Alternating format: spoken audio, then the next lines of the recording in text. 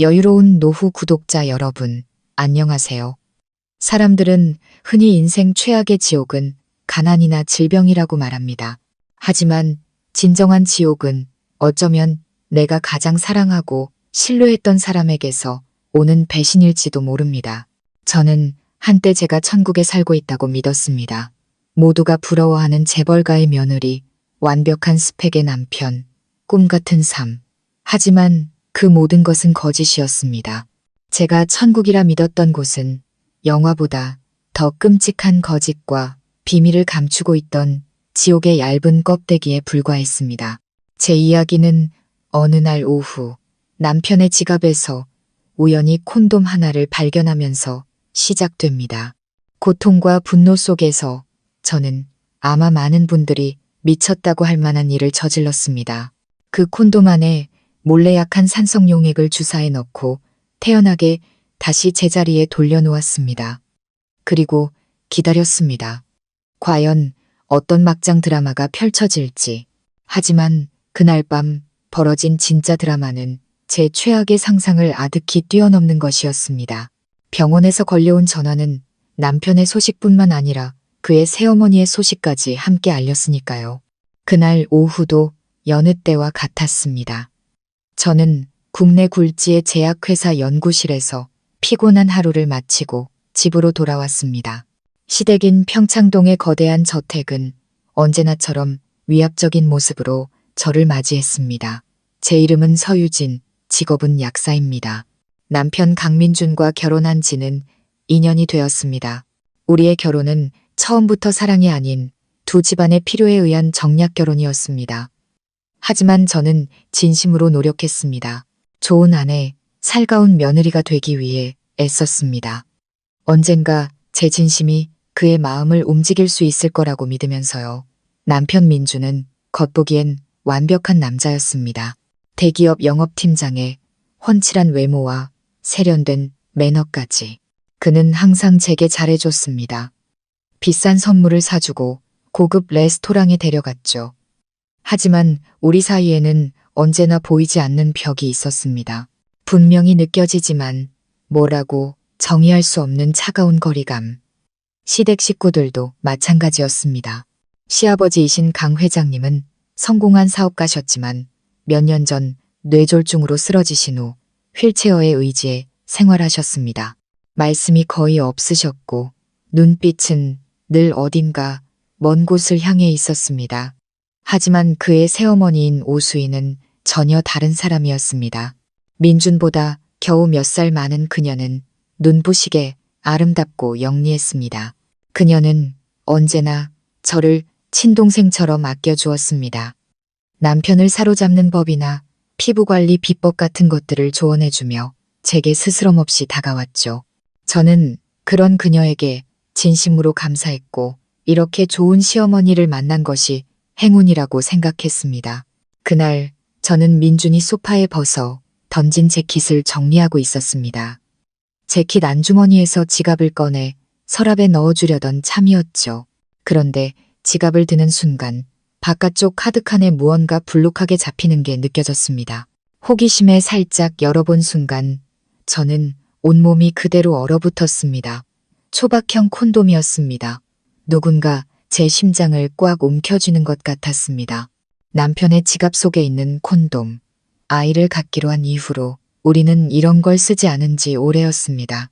그렇다면 이건 누구를 위한 것일까? 그는 이걸 누구와 쓴 걸까? 수만 가지 질문이 머릿속을 헤집었습니다. 다른 여자와 뒤엉켜 있을 남편의 모습이 눈앞에 선명하게 그려지며 심장에 비수가 꽂혔습니다. 배신감. 그 차가운 거리감의 이유가 바로 이것이었구나. 밖에서 만나는 여자가 있었던 겁니다. 분노와 고통이 온몸에서 치밀어 올랐습니다. 당장 이 더러운 물건을 그의 얼굴에 던져버리고 싶었습니다. 하지만 그 순간 더 차갑고 잔인한 생각이 제 머리를 스쳤습니다. 저는 약사입니다.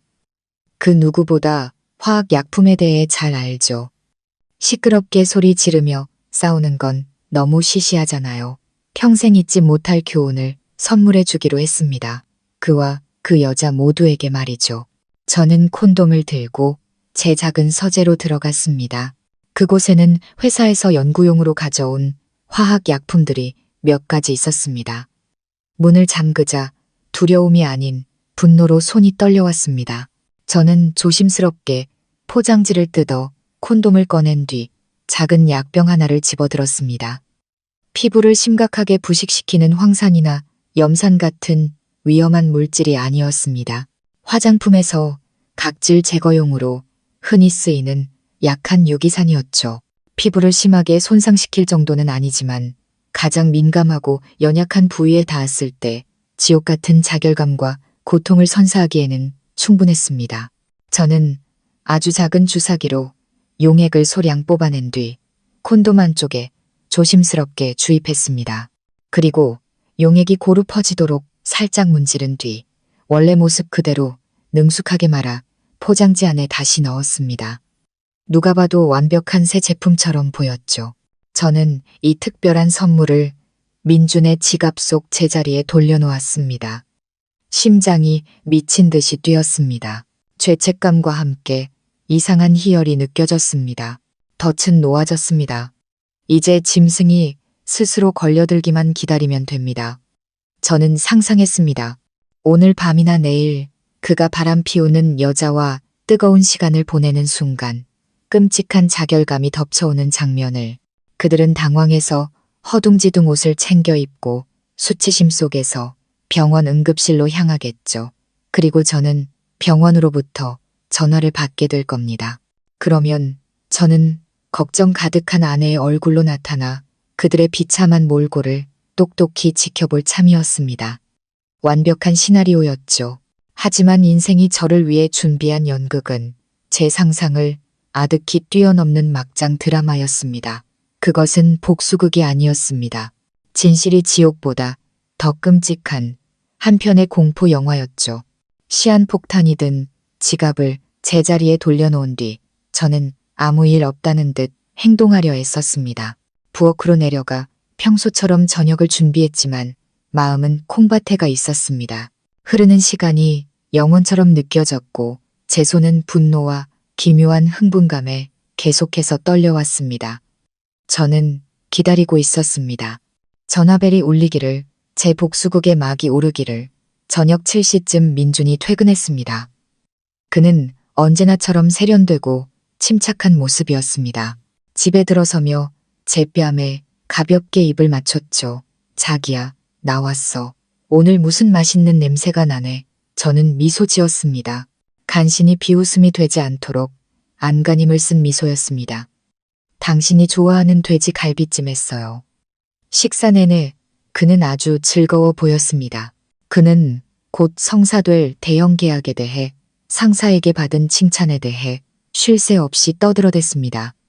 저는 그저 조용히 듣고 고개를 끄덕이며 맞장구를 쳐주었죠. 속으로는 헛웃음만 나왔습니다. 곧 바람 피우러 나갈 남자가 어떻게 저렇게 태연하게 자신의 성공에 대해 자랑할 수 있을까요? 저녁 식사를 마친 그는 위층으로 올라가 새 옷으로 갈아입었습니다. 잠시 후 값비싼 향수 냄새를 온몸에 풍기며 내려왔죠. 자기야, 지금 아주 중요한 파트너를 만나러 가야 해.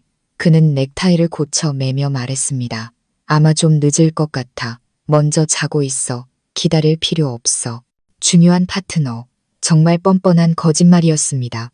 저는 그가 파트너를 만나러 가는 게 아니라는 걸 알았습니다. 그 여자를 만나러 가는 거겠죠. 그의 지갑 속에는 제가 정성껏 준비한 선물이 들어 있었고요. 네, 조심해서 다녀오세요. 저는 한치의 의심도 없는 순종적인 아내의 목소리로 대답했습니다. 저는 그를 문 밖까지 배웅하며 그의 고급 제네시스 세단이 저택 대문 뒤로 사라지는 것을 지켜봤습니다.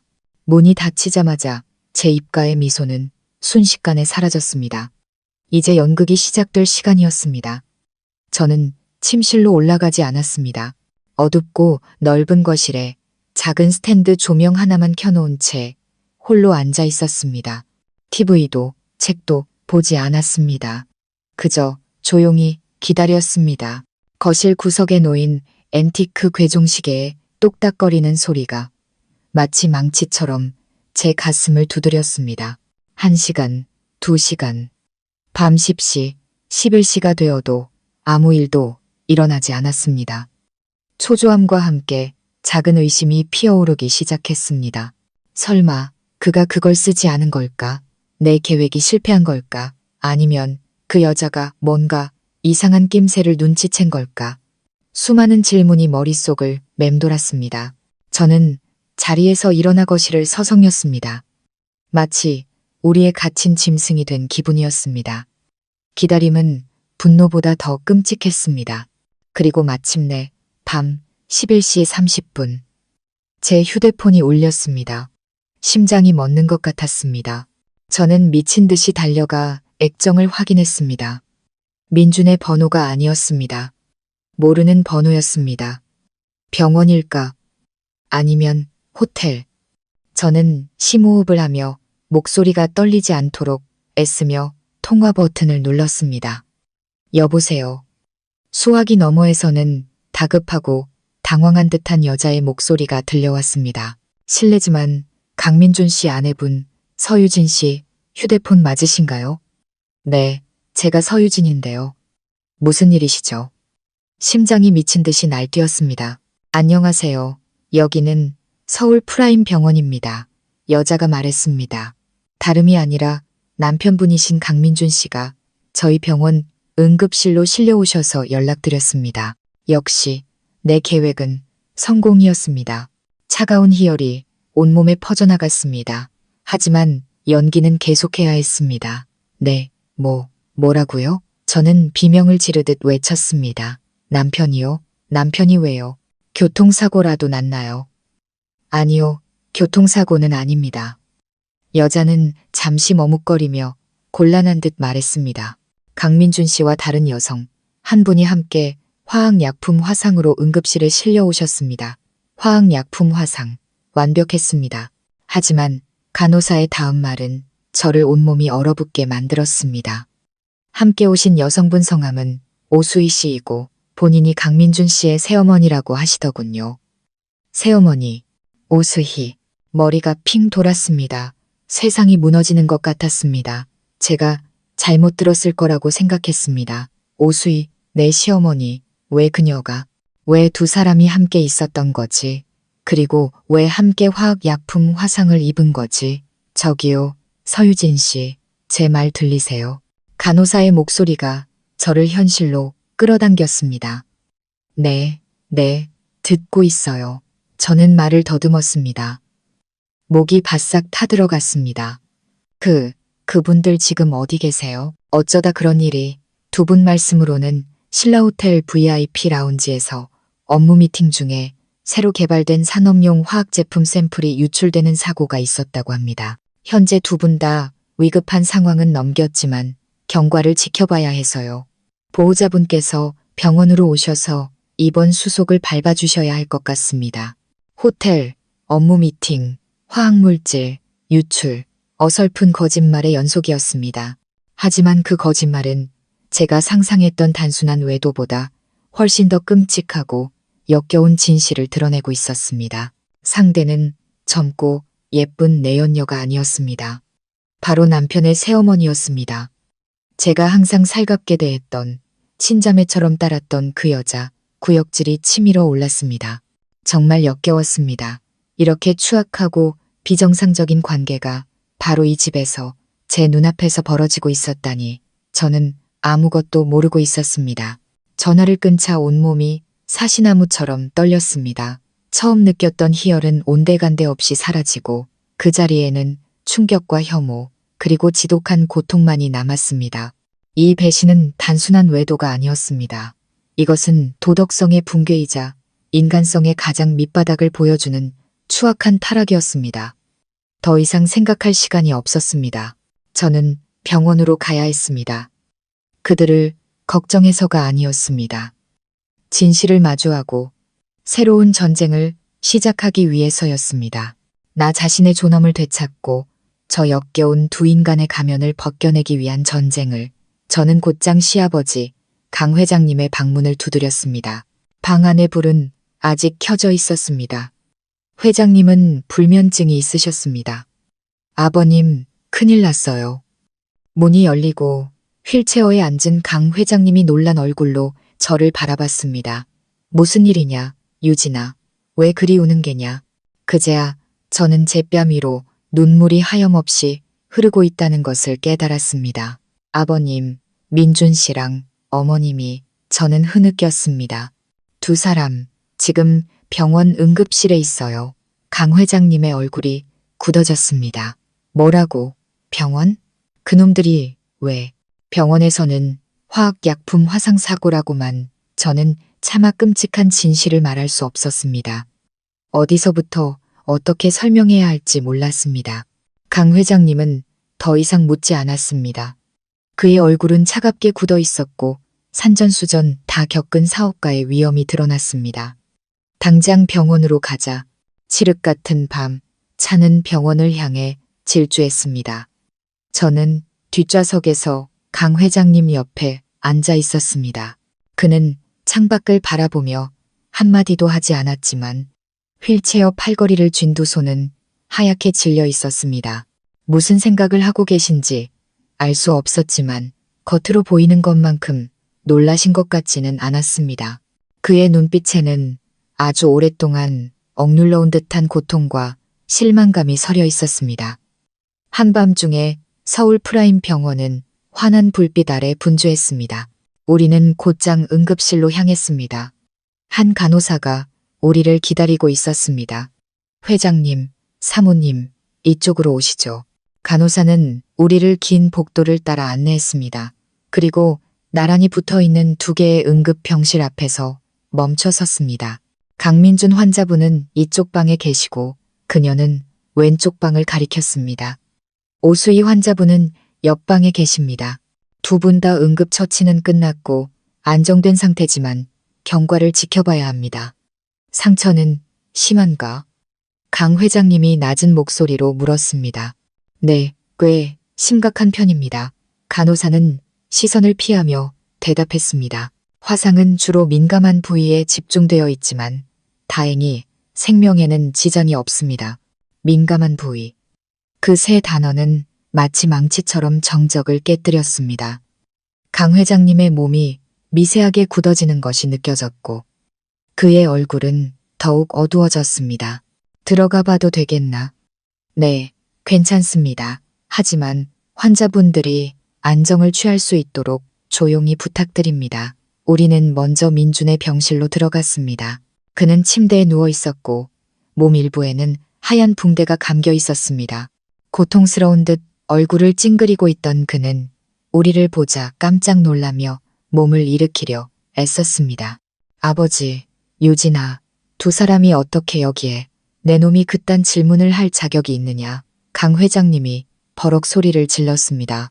저는 그에게서 그런 분노를 본 적이 없었습니다. 내 놈이랑 그 여편네 대체 무슨 짓을 하고 다닌 게냐? 아, 아니에요. 저희 아무 짓도 안 했어요. 민주는 겁에 질린 눈으로 다급하게 변명했습니다.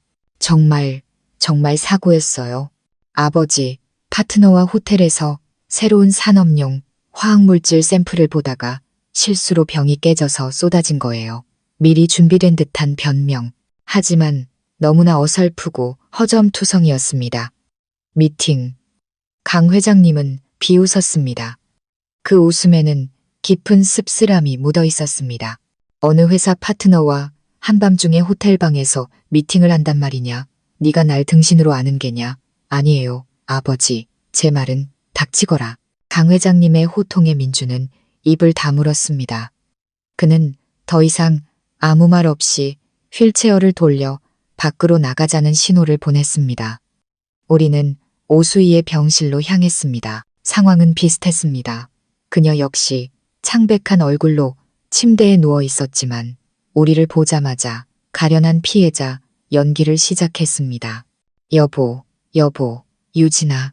그녀는 눈물을 글썽였습니다. 너무 무서웠어요. 정말 큰일 날 뻔했어요. 당신도 나한테 업무 미팅이라고 말할 셈인가? 강 회장님이 차갑게 물었습니다. 네, 맞아요, 여보. 그녀는 황급히 고개를 끄덕였습니다. 제가 부주의해서 화학약품병을 엎지른 거예요. 다행히 심한 화상은 아니고요. 심한 화상. 저는 침대 발치에 걸린 환자 정보 차트를 흘끗 보았습니다. 화학약품이도 화상. 결코 가벼운 상처가 아니었습니다. 그들의 거짓말은 너무나 똑같았고 마치 미리 연습이라도 한 듯 완벽하게 맞아떨어졌습니다. 하지만 바로 그 완벽함이 모든 것을 폭로하고 있었습니다. 강 회장님은 아무 말 없이 그녀를 오랫동안 바라보았습니다. 그 깊은 시선에는 실망과 고통, 그리고 숨길 수 없는 혐오감이 담겨 있었습니다. 이윽고 그는 휠체어를 돌려 병실을 나섰습니다. 저도 조용히 그의 뒤를 따랐습니다. 오수희의 침대 옆을 지나갈 때 저는 잠시 걸음을 멈췄습니다. 그리고 늘 제게 다정했던 그 여자의 눈을 똑바로 쳐다보았습니다.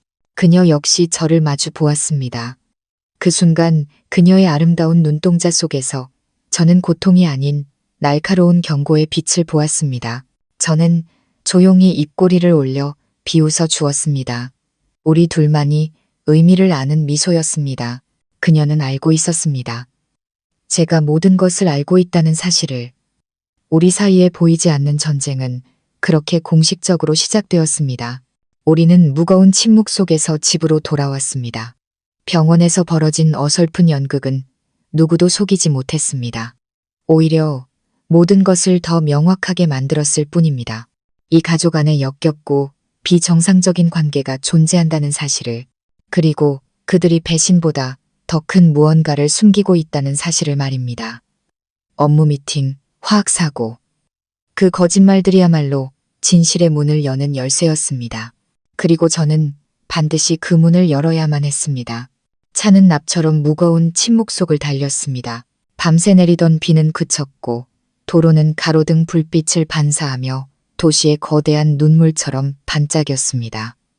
저는 뒷좌석에서 강 회장님 옆에 앉아 있었습니다. 누구도 입을 열지 않았지만 우리 두 사람의 머릿속은 같은 질문과 소름 끼치는 의심으로 가득 차 있다는 것을 알 수 있었습니다. 병원에서의 어설픈 연극, 민준과 오수희의 변명은 진실을 감추기는커녕 논리적인 허점들로 스스로의 거짓을 폭로하고 있었습니다. 업무 미팅. 저는 그 단어를 속으로 되뇌며 실소를 금치 못했습니다.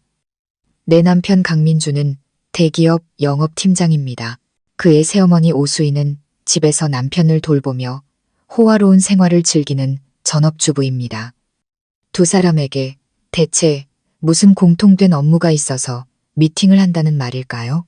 오수희가 산업용 화학물질이나 경제 계약에 대해 뭘 안다고 의부사들과 머리를 맞대고 논의를 한단 말입니까?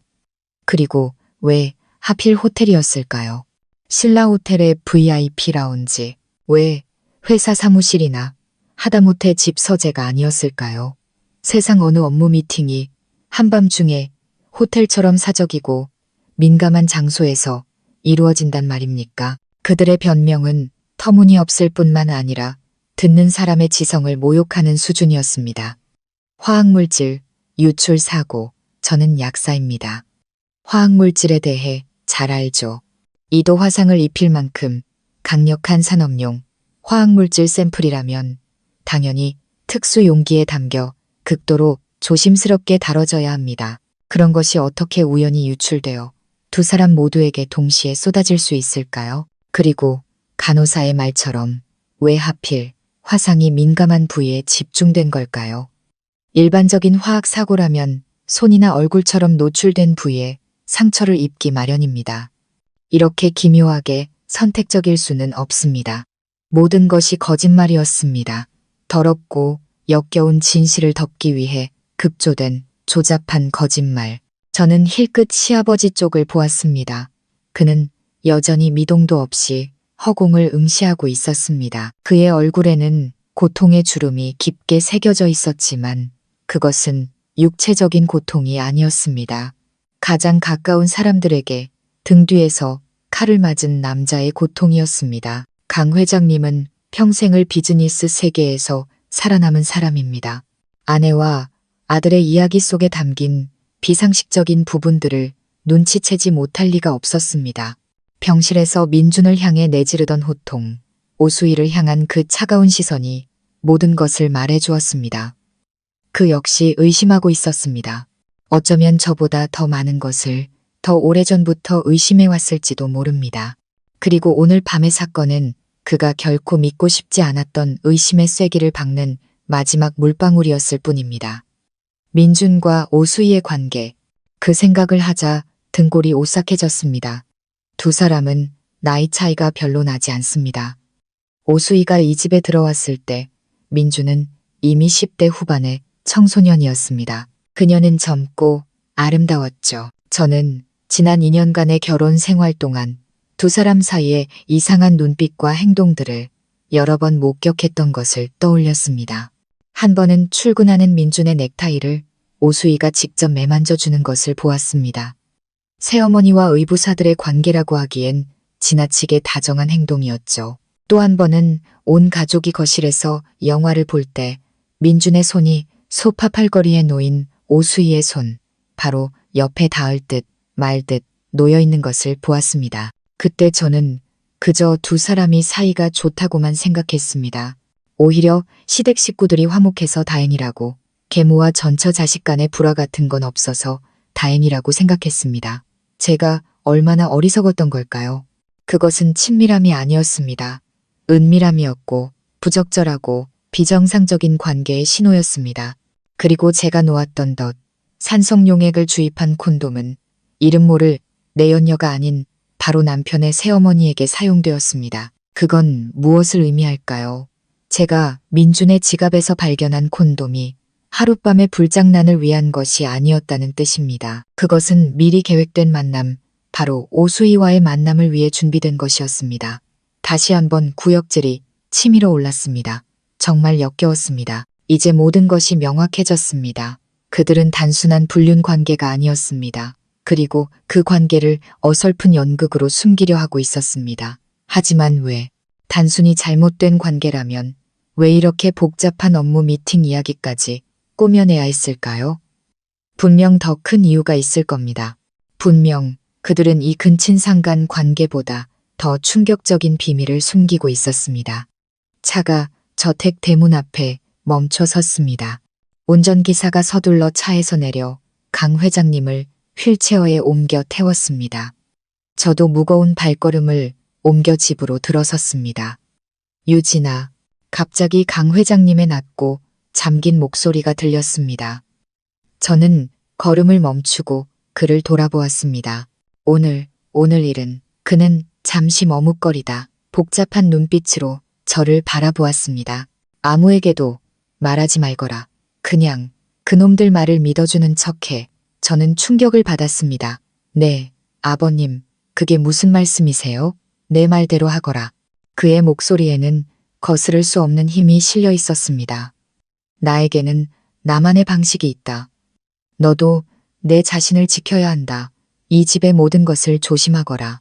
그 말을 남기고 그는 스스로 휠체어를 몰아 서재로 들어가 문을 쾅 닫아버렸습니다. 저는 춥고 휑한 거실에 홀로 남겨졌습니다. 강 회장님의 경고는 제 안의 의심을 더욱 확신으로 바꾸어 놓았습니다. 그는 단순히 의심하는 것이 아니었습니다. 그는 무언가를 알고 있었습니다. 그 자신도 밝혀내고 싶거나 혹은 덮고 싶은 비밀을. 이 집, 이 가족은 더 이상 따뜻한 보금자리가 아니었습니다. 모두가 가면을 쓰고 각자의 음모를 숨기고 있는 하나의 거대한 연극 무대이자 전쟁터가 되어버렸습니다. 그리고 저는 그 폭풍의 한가운데로 휘말려 들어왔습니다. 저는 알았습니다. 오늘 밤부터 저는 이 집의 누구도 믿을 수 없으며 모든 것을 경계해야 한다는 것을. 이제 저의 싸움은 단순히 바람난 남편을 응징하는 것이 아니었습니다. 아직 그 실체를 다 알 수 없는 거대한 어둠의 음모로부터 제 자신을 구해내기 위한 싸움이었습니다. 저는 침실로 돌아왔습니다. 한때 모두가 부러워하던 재벌가의 삶을 상징하던 이 방은 이제 차가운 황금 세장처럼 느껴졌습니다. 푹신한 킹사이즈 침대에 앉았지만 마음은 실타래처럼 엉켜 있었습니다. 시아버지의 경고가 귓가에 맴돌았습니다. 이 집의 모든 것을 조심하거라. 저는 지난 2년의 시간을 되돌아보기 시작했습니다. 제가 아무것도 모른 채 살아왔던 연극 속의 인연을, 기억의 페이지를 한 장 한 장 넘기며 그들이 만들어낸 완벽한 가면 속의 균열과 허점들을 찾아내려 애썼습니다. 저와 민주는 중매로 만났습니다. 저희 집안은 재벌가는 아니었지만 대대로 교육자 집안으로 탄탄한 제약회사를 운영하고 있었습니다. 그의 집안은 거대한 비즈니스 제국이었죠. 우리의 결혼은 본질적으로 사업적인 결합이었지만 저는 그 안에 사랑이 있다고 믿고 싶었습니다. 민준을 처음 만났던 날을 기억합니다.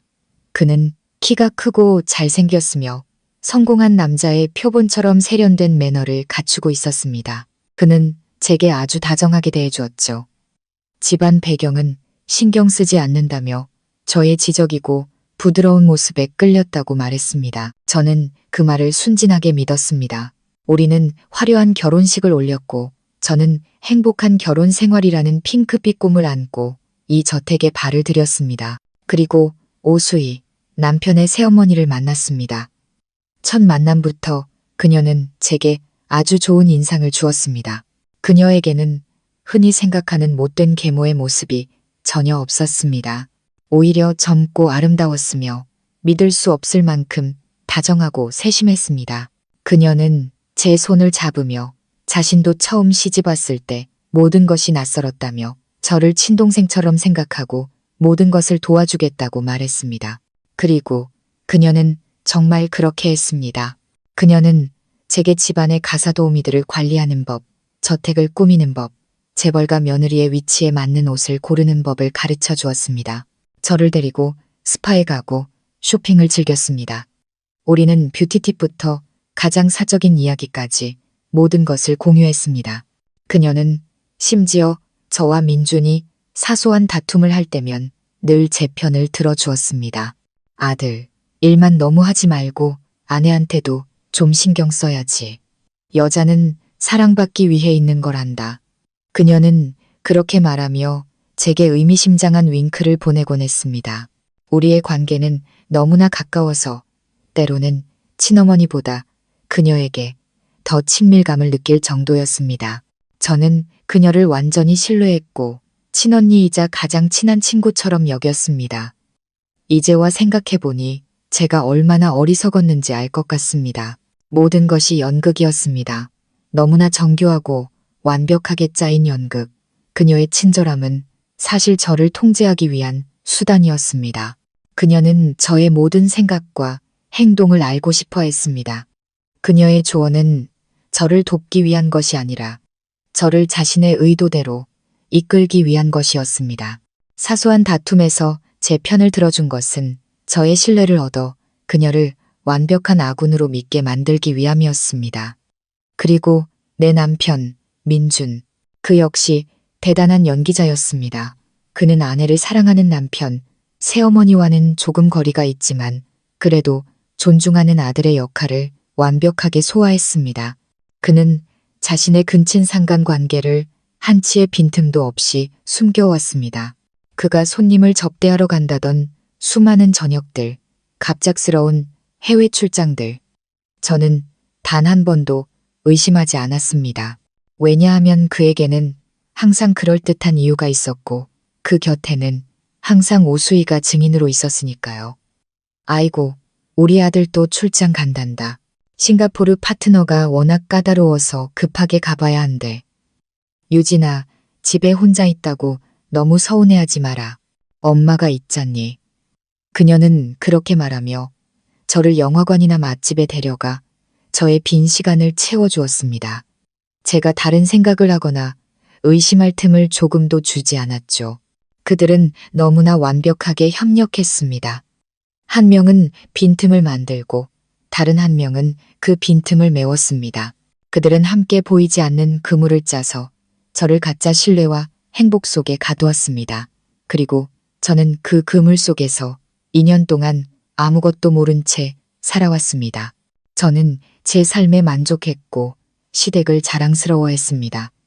심지어 휠체어에 앉아 고독하게 살아가는 시아버지를 안타깝게 여기기까지 했습니다.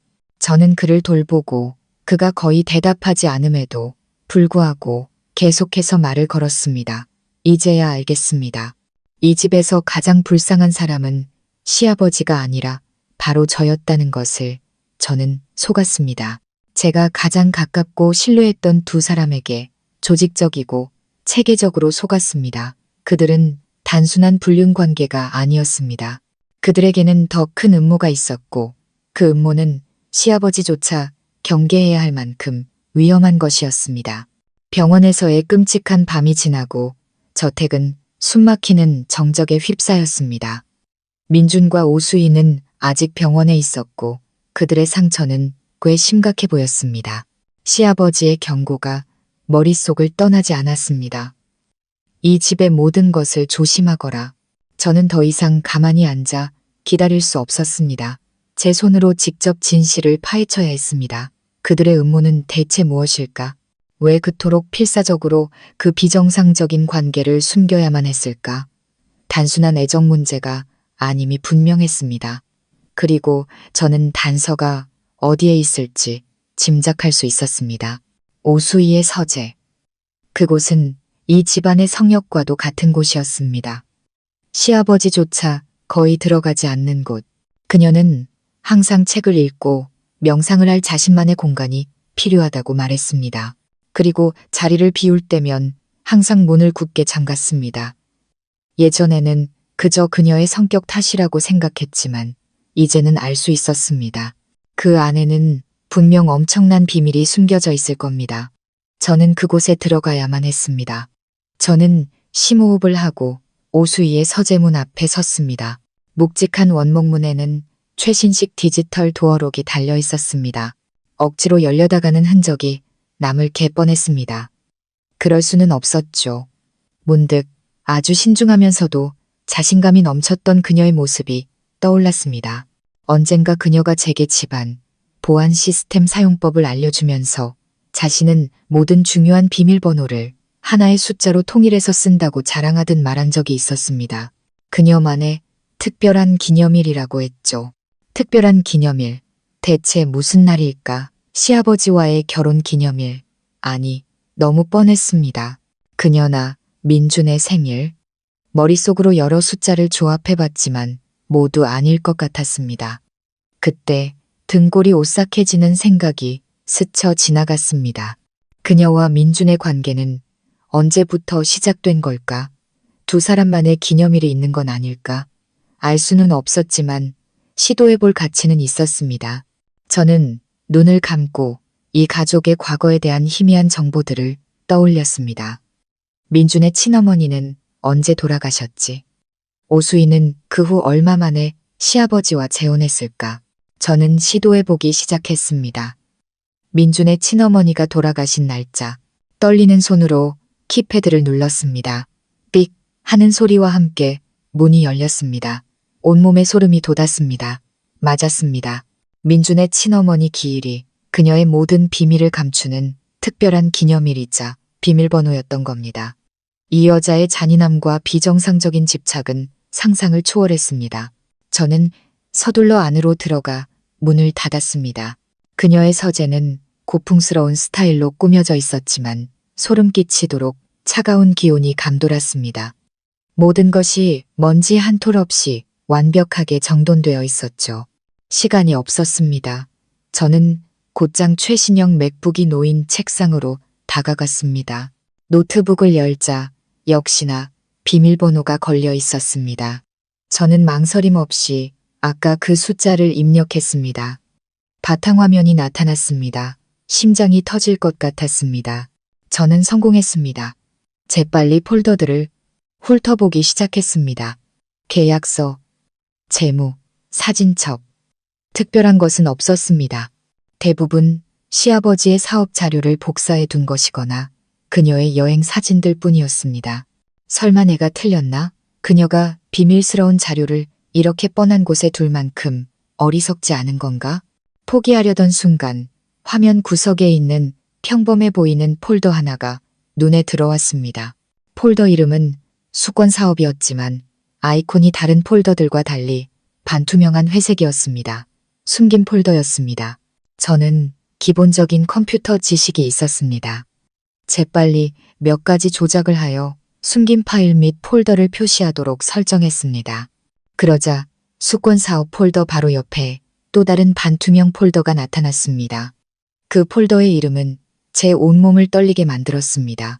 안락계획, 안락계획. 평화롭고 고요하게 들리는 그 네 글자는 이 차가운 서재 안에서 소름 끼치는 의미로 다가왔습니다.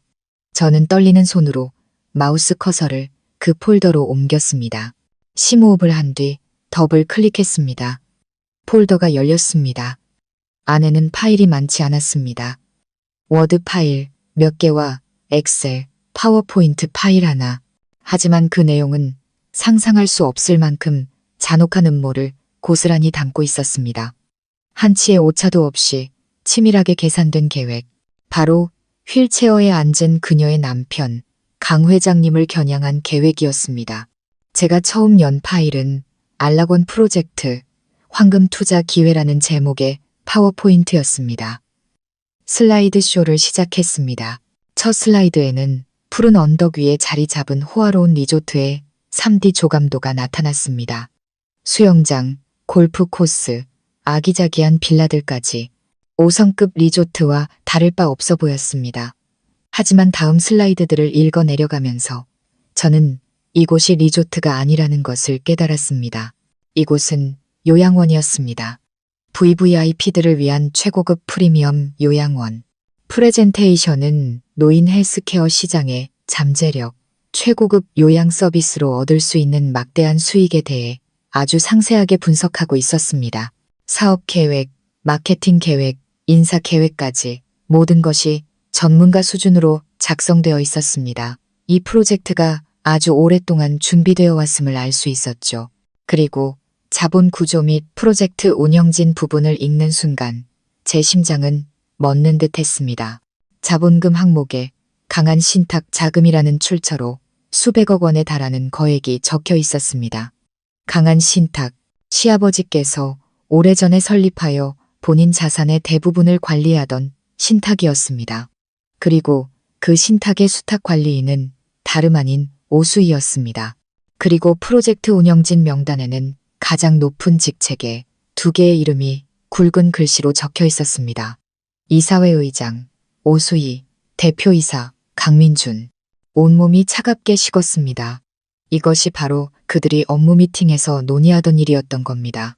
그들은 단순한 불륜 관계가 아니었습니다. 그들은 시아버지의 돈으로 자신들만의 제국을 건설하고 있었습니다. 그들이 왕과 왕비가 되는 제국을. 하지만 그게 끝이 아니었습니다. 가장 끔찍한 내용은 다른 워드 파일에 있었습니다.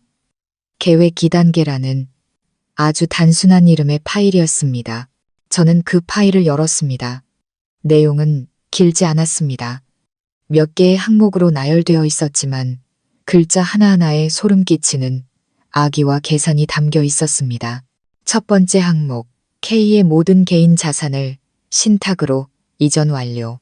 K는 분명 강 회장님이었습니다. 그녀는 아직 시아버지 명의로 남은 자산마저 자신이 통제하는 신탁으로 옮기도록 설득할 계획을 세우고 있었던 겁니다. 두 번째 항목, 알라곤 프로젝트 가속화, 특별 VIP 구역 완공. 특별 VIP 구역. 그리고 마지막 항목은 모든 것을 설명해 주었습니다. 알라곤 개원 후 건강 악화 및 전문적인 요양 환경 필요 등 합당한 사유를 들어 K를 VIP 구역에 입소시킬 것. 외부와의 모든 접촉을 완벽히 차단하고 전적으로 통제함. 저는 할 말을 잃었습니다. 온몸이 사시나무처럼 떨렸습니다. 이것이 바로 그들의 최종 음모였던 겁니다. 알라곤은 단순한 비즈니스 프로젝트가 아니었습니다. 그곳은 감옥이었습니다. 자신의 남편을 가두기 위해 지어진 호화로운 감옥. 그녀는 모든 재산을 빼앗은 뒤 자신이 세운 요양원에 시아버지를 버릴 계획을 세우고 있었던 겁니다. 그곳에서 그는 외부 세계와 완벽히 격리될 것입니다. 친구도, 사업 파트너도, 그 어떤 가족도 접근할 수 없게 되겠죠. 그는 남은 인생을 죄수처럼 통제되고 감금된 채 살아가게 될 겁니다. 그동안 그녀와 그녀의 내연남은 그가 평생에 걸쳐 이룩한 막대한 재산을 마음껏 누리겠죠. 이보다 더 잔인한 계획이 있을까요? 그녀는 그의 돈뿐만 아니라 그의 자유와 남은 인생마저 송두리째 빼앗으려 하고 있었습니다. 저는 서둘러 제 휴대폰으로 이 모든 자료들을 촬영했습니다. 증거를 남겨야 했습니다. 하지만 노트북을 덮으려던 순간 마지막 엑셀 파일 하나가 제 눈길을 끌었습니다. 파일 이름은 K케어 비용. 호기심에 열어보았습니다. 그것은 강 회장님을 돌보는 데 드는 월별 비용을 상세하게 기록한 장부였습니다. 약값, 물리치료비, 간병인 비용 등. 그런데 유독 눈에 거슬리는 항목이 하나 있었습니다. 수입산 심혈관 치료제라는 주석이 달린 아주 큰 금액의 지출이었습니다. 그 옆에는 제가 약사임에도 불구하고 한 번도 들어본 적 없는 약의 이름이 적혀 있었습니다. 그리고 공급처 안에는 익숙한 이름이 있었습니다. 박 원장, 가족 주치의였습니다. 박 원장은 뇌졸중 이후로 강 회장님을 계속 치료해왔고 병원에서 민준과 오수희에게 화학약품이도 화상 진단서를 끊어준 바로 그 의사였습니다. 무언가 잘못되었다는 직감이 강하게 들었습니다. 저는 서둘러 그 낯선 약의 이름을 사진으로 찍었습니다. 이것은 단순한 감금 계획이 아니었습니다. 이것은 살인 계획이었습니다. 의료행위라는 이름으로 위장된 서서히 진행되는 살인 계획. 저는 재빨리 방문 기록을 모두 삭제하고 노트북을 덮은 뒤 모든 것을 제자리에 돌려놓았습니다. 그리고 조심스럽게 그 방을 빠져나왔습니다. 심장이 터져버릴 것 같았습니다. 저는 범죄의 미로 속으로 들어와 버렸습니다. 출구가 보이지 않는 미로. 저는 단순한 불륜 사건이 아닌 재산 탈취 음모와 감금, 그리고 어쩌면 살인 미수 사건을 마주하고 있었습니다. 그리고 저 역시 그들의 체스판 위에 놓인 언제든 제거될 수 있는 졸에 불과할지도 모릅니다. 저는 마치 도둑처럼 오수희의 서재를 빠져나왔습니다. 심장이 목구멍까지 차오르는 것 같았습니다. 노트북에서 본 그 끔찍한 계획들은 제가 발견했던 근친상간 관계보다 훨씬 더 소름 끼치는 것이었습니다. 이것은 더 이상 배신의 이야기가 아니었습니다. 이것은 범죄의 연극이었습니다. 모든 것을 빼앗고 방해되는 모든 일을 제거하려는 최종 목표를 가진 정교하게 짜인 범죄. 저는 제 방으로 돌아와 문을 잠갔습니다. 그리고 바닥에 주저앉아 거친 숨을 몰아쉬었습니다. 안락 계획, 그 아름다운 이름이 머릿속을 떠나지 않았습니다. 피해자의 돈으로 지은 호화로운 감옥에 바로 그 피해자를 가두려는 계획. 오수희의 잔인함은 인간성의 한계를 넘어선 것이었습니다. 하지만 저를 가장 불안하게 만든 것은 그 낯선 약이었습니다. 제가 사진으로 찍어둔 카디안정이라는 이름. 제가 아는 그 어떤 약학 사전에도 존재하지 않는 이름이었습니다. 분명 다른 무언가를 감추기 위해 지어낸 가짜 이름이었습니다. 그리고 그 약의 공급자는 바로 박 원장. 강 회장님이 가장 신뢰하는 가족 주치의였습니다. 저는 가만히 있을 수 없었습니다. 저는 즉시 제 변호사 친구인 지연에게 약 이름 사진과 안락원 계획에 대한 모든 정보를 보냈습니다. 그리고 메시지를 덧붙였습니다. 지연아, 생각보다 상황이 훨씬 심각해. 이 약이랑 박 원장이라는 의사에 대해 최대한 빨리 알아봐줘. 지현의 연락을 기다리는 동안 저는 스스로 더 많은 증거를 찾아야겠다고 결심했습니다. 오수희가 모든 계획을 노트북에 정리해 두었다면 분명 이메일이나 메시지를 통해 더 구체적인 대화를 나누었을 겁니다. 위험한 행동이라는 것을 알았지만 다른 선택지가 없었습니다. 저는 다시 그 방으로 돌아가야만 했습니다. 저는 다시 노트북을 열었습니다. 비밀번호는 이미 알고 있었죠. 이번에는 문서 폴더가 아닌 이메일 앱을 바로 실행했습니다. 받은 편지함은 광고, 은행 알림, 친구들과의 여행 관련 이메일로 가득했습니다. 아주 평범해 보였죠. 하지만 오수희처럼 교활한 여우가 중요한 내용을 이렇게 쉽게 보이는 곳에 둘 리가 없었습니다. 저는 다른 폴더들을 뒤지기 시작했습니다. 임시 보관함, 보낸 편지함, 그리고 특히 휴지통을 마침내 저는 찾아냈습니다. 휴지통에는 삭제되었지만 아직 영구 삭제되지 않은 이메일들이 많이 있었습니다. 스크롤을 내리던 중 덕터 팔키라는 주소와 주고받은 이메일 묶음이 눈에 띄었습니다. 심장이 덜컥 내려앉았습니다. 박 원장, 저는 떨리는 손으로 그 이메일들을 열었습니다. 그리고 그 내용은 제 최악의 두려움이 사실임을 확인시켜 주었습니다. 지난 몇 달간 이어진 대화였습니다. 내용은 매우 전문적이고 암시적인 용어들로 쓰여 있었지만 약사인 저는 충분히 이해할 수 있었습니다. 오수희의 메일, 최근 K의 상태가 생각보다 여전히 좋아 보입니다. 현재 용량으로는 별 효과가 없는 것 같군요. 조절이 가능할까요? 박 원장의 답장. 오, 여사님, 조급한 마음은 이해합니다. 하지만 아주 신중해야 합니다. 이 약은 효과가 서서히 나타나는 종류입니다. 갑자기 용량을 늘리면 혈액 검사에서 쉽게 발각될 수 있습니다. 제 생각에는 다른 성분을 추가하는 것이 좋겠습니다. 두 성분이 결합하면 효과가 증폭되어 몸이 더 빨리 쇠약해질 겁니다. 증상은 노화로 인한 자연스러운 신부전과 똑같이 보일 겁니다. 준비해서 다음 주까지 보내드리겠습니다. 오수희의 다음 메일, 좋습니다. 원장님 말씀대로 진행해주세요. 비용은 문제없으니 모든 일이 자연스럽고 깔끔하게만 처리되면 됩니다. 안락원 프로젝트가 곧 시작됩니다. 우리에게 시간이 많지 않아요. 그들이 약의 이름을 뭐라고 부르는지는 알 수 없었지만 이것이 독극물이라는 것은 확실했습니다. 그들은 단순한 논의가 아니라 독사를 실행에 옮기고 있었던 겁니다. 그들은 자신들을 전적으로 신뢰하는 남편이자 환자인 강 회장님을 서서히 죽이고 있었습니다.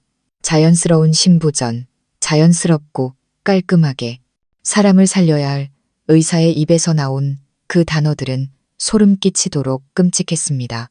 그는 돈과 오수희의 음모를 위해 자신의 양심과 의사로서의 윤리를 팔아넘긴 것이었습니다. 그리고 젊고 아름다운 아내, 늘 남편을 살뜰히 챙기는 척했던 그녀가 바로 이 모든 것을 계획하고 남편을 흔적 없는 죽음으로 몰아넣고 있는 주범이었습니다. 저는 서둘러 이 모든 이메일을 휴대폰으로 촬영했습니다. 이것이야말로 빼도 박도 못할 증거, 조직적인 살인 음모의 증거였습니다. 저는 모든 흔적을 지우고 노트북을 닫은 뒤 방을 빠져나왔습니다. 이 사건은 제게 한 가지를 깨닫게 해주었습니다. 더 이상 이 싸움을 혼자서 조용히 할 수는 없다는 것을. 저는 너무나 위험한 상황에 처해 있었습니다. 그들은 단순한 불륜남녀가 아니었습니다. 그들은 살인자였습니다. 만약 그들이 제가 비밀을 알게 되었다는 것을 눈치챈다면 제가 과연 내일 아침에를 볼 수 있을지 장담할 수 없었습니다. 저는 반격해야 했습니다. 결정적인 한 방을. 그리고 첫 번째 목표는 이 음모의 가장 약한 고리, 바로 강민준이었습니다. 저는 그를 직접 상대해야만 했습니다. 다음 날 저는 민준을 만나러 병원에 갔습니다. 그는 여전히 화상 치료를 받고 있었습니다.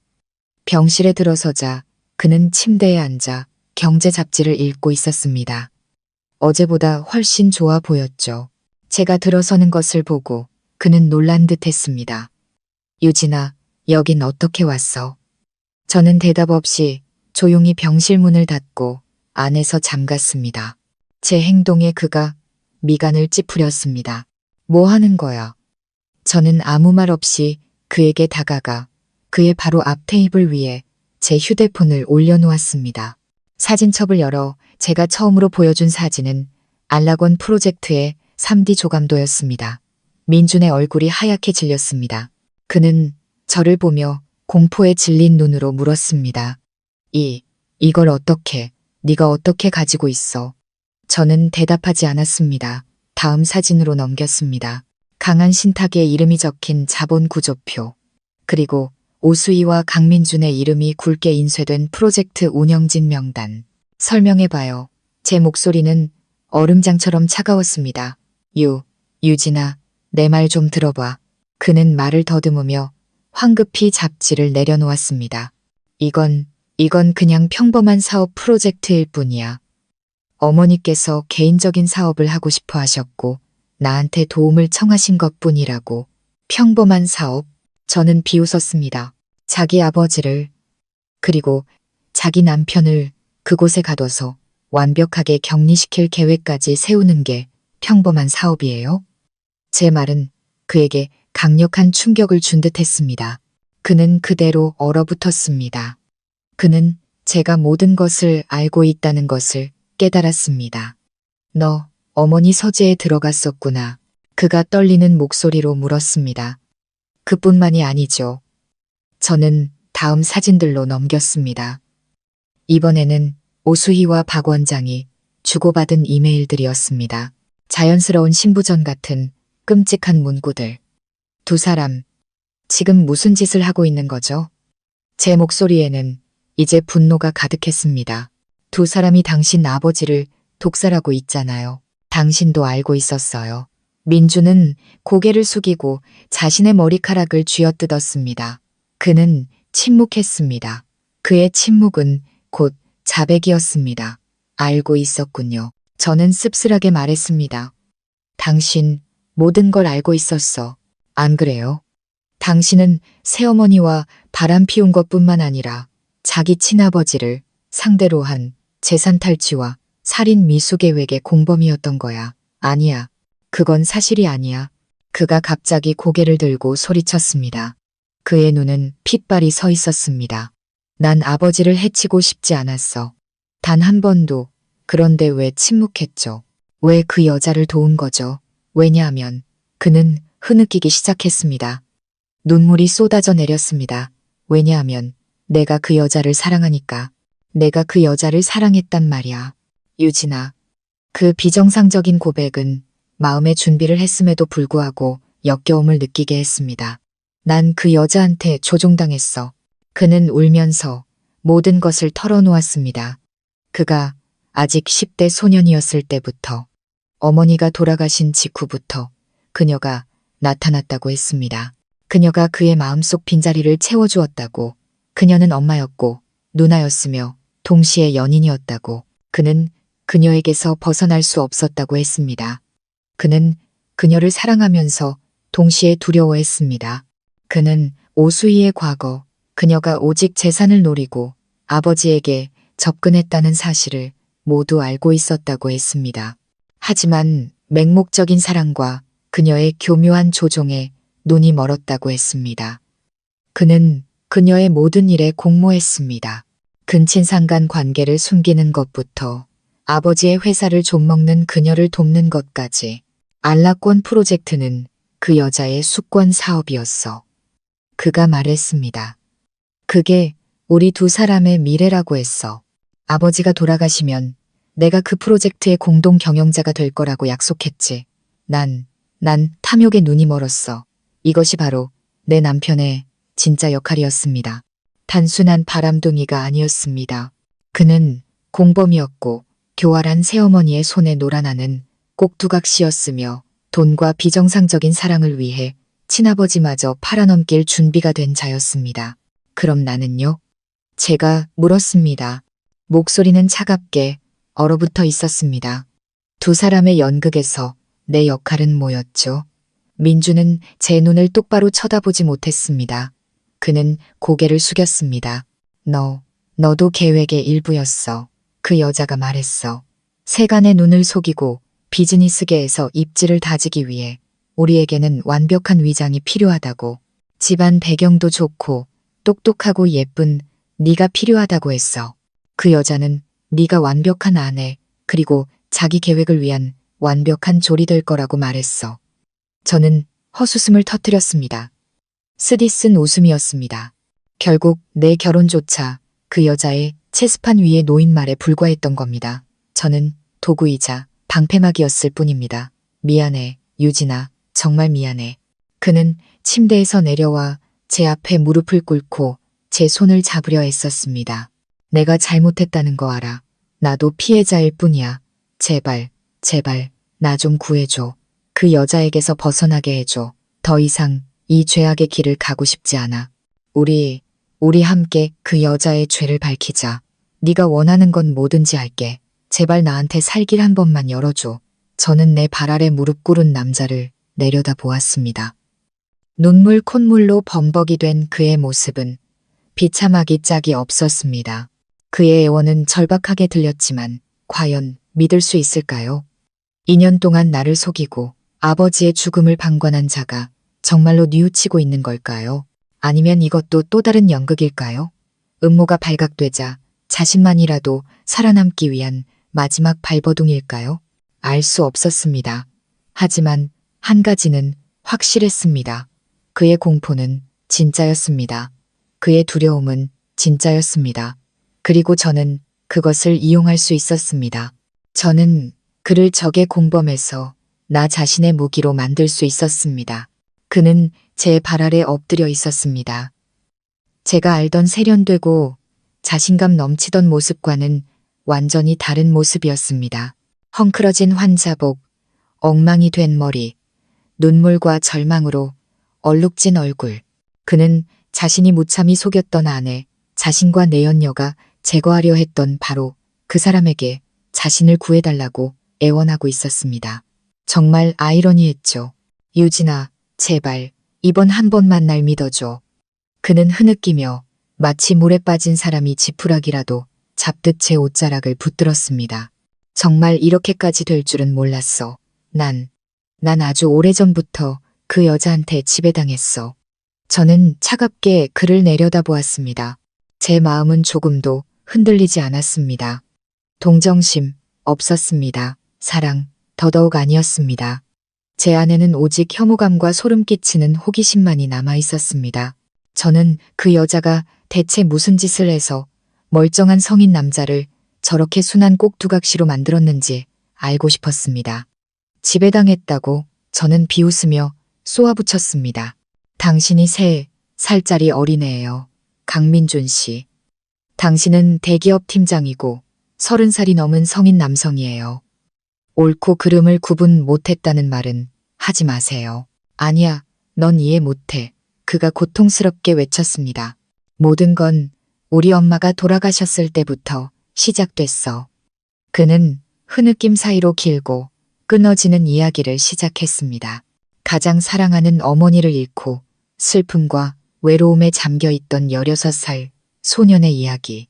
그의 아버지 강 회장님은 당시 사업의 정점에 있었고 역시 슬픔을 이기지 못해 일에만 몰두하며 유일한 아들을 방치했다고 했습니다.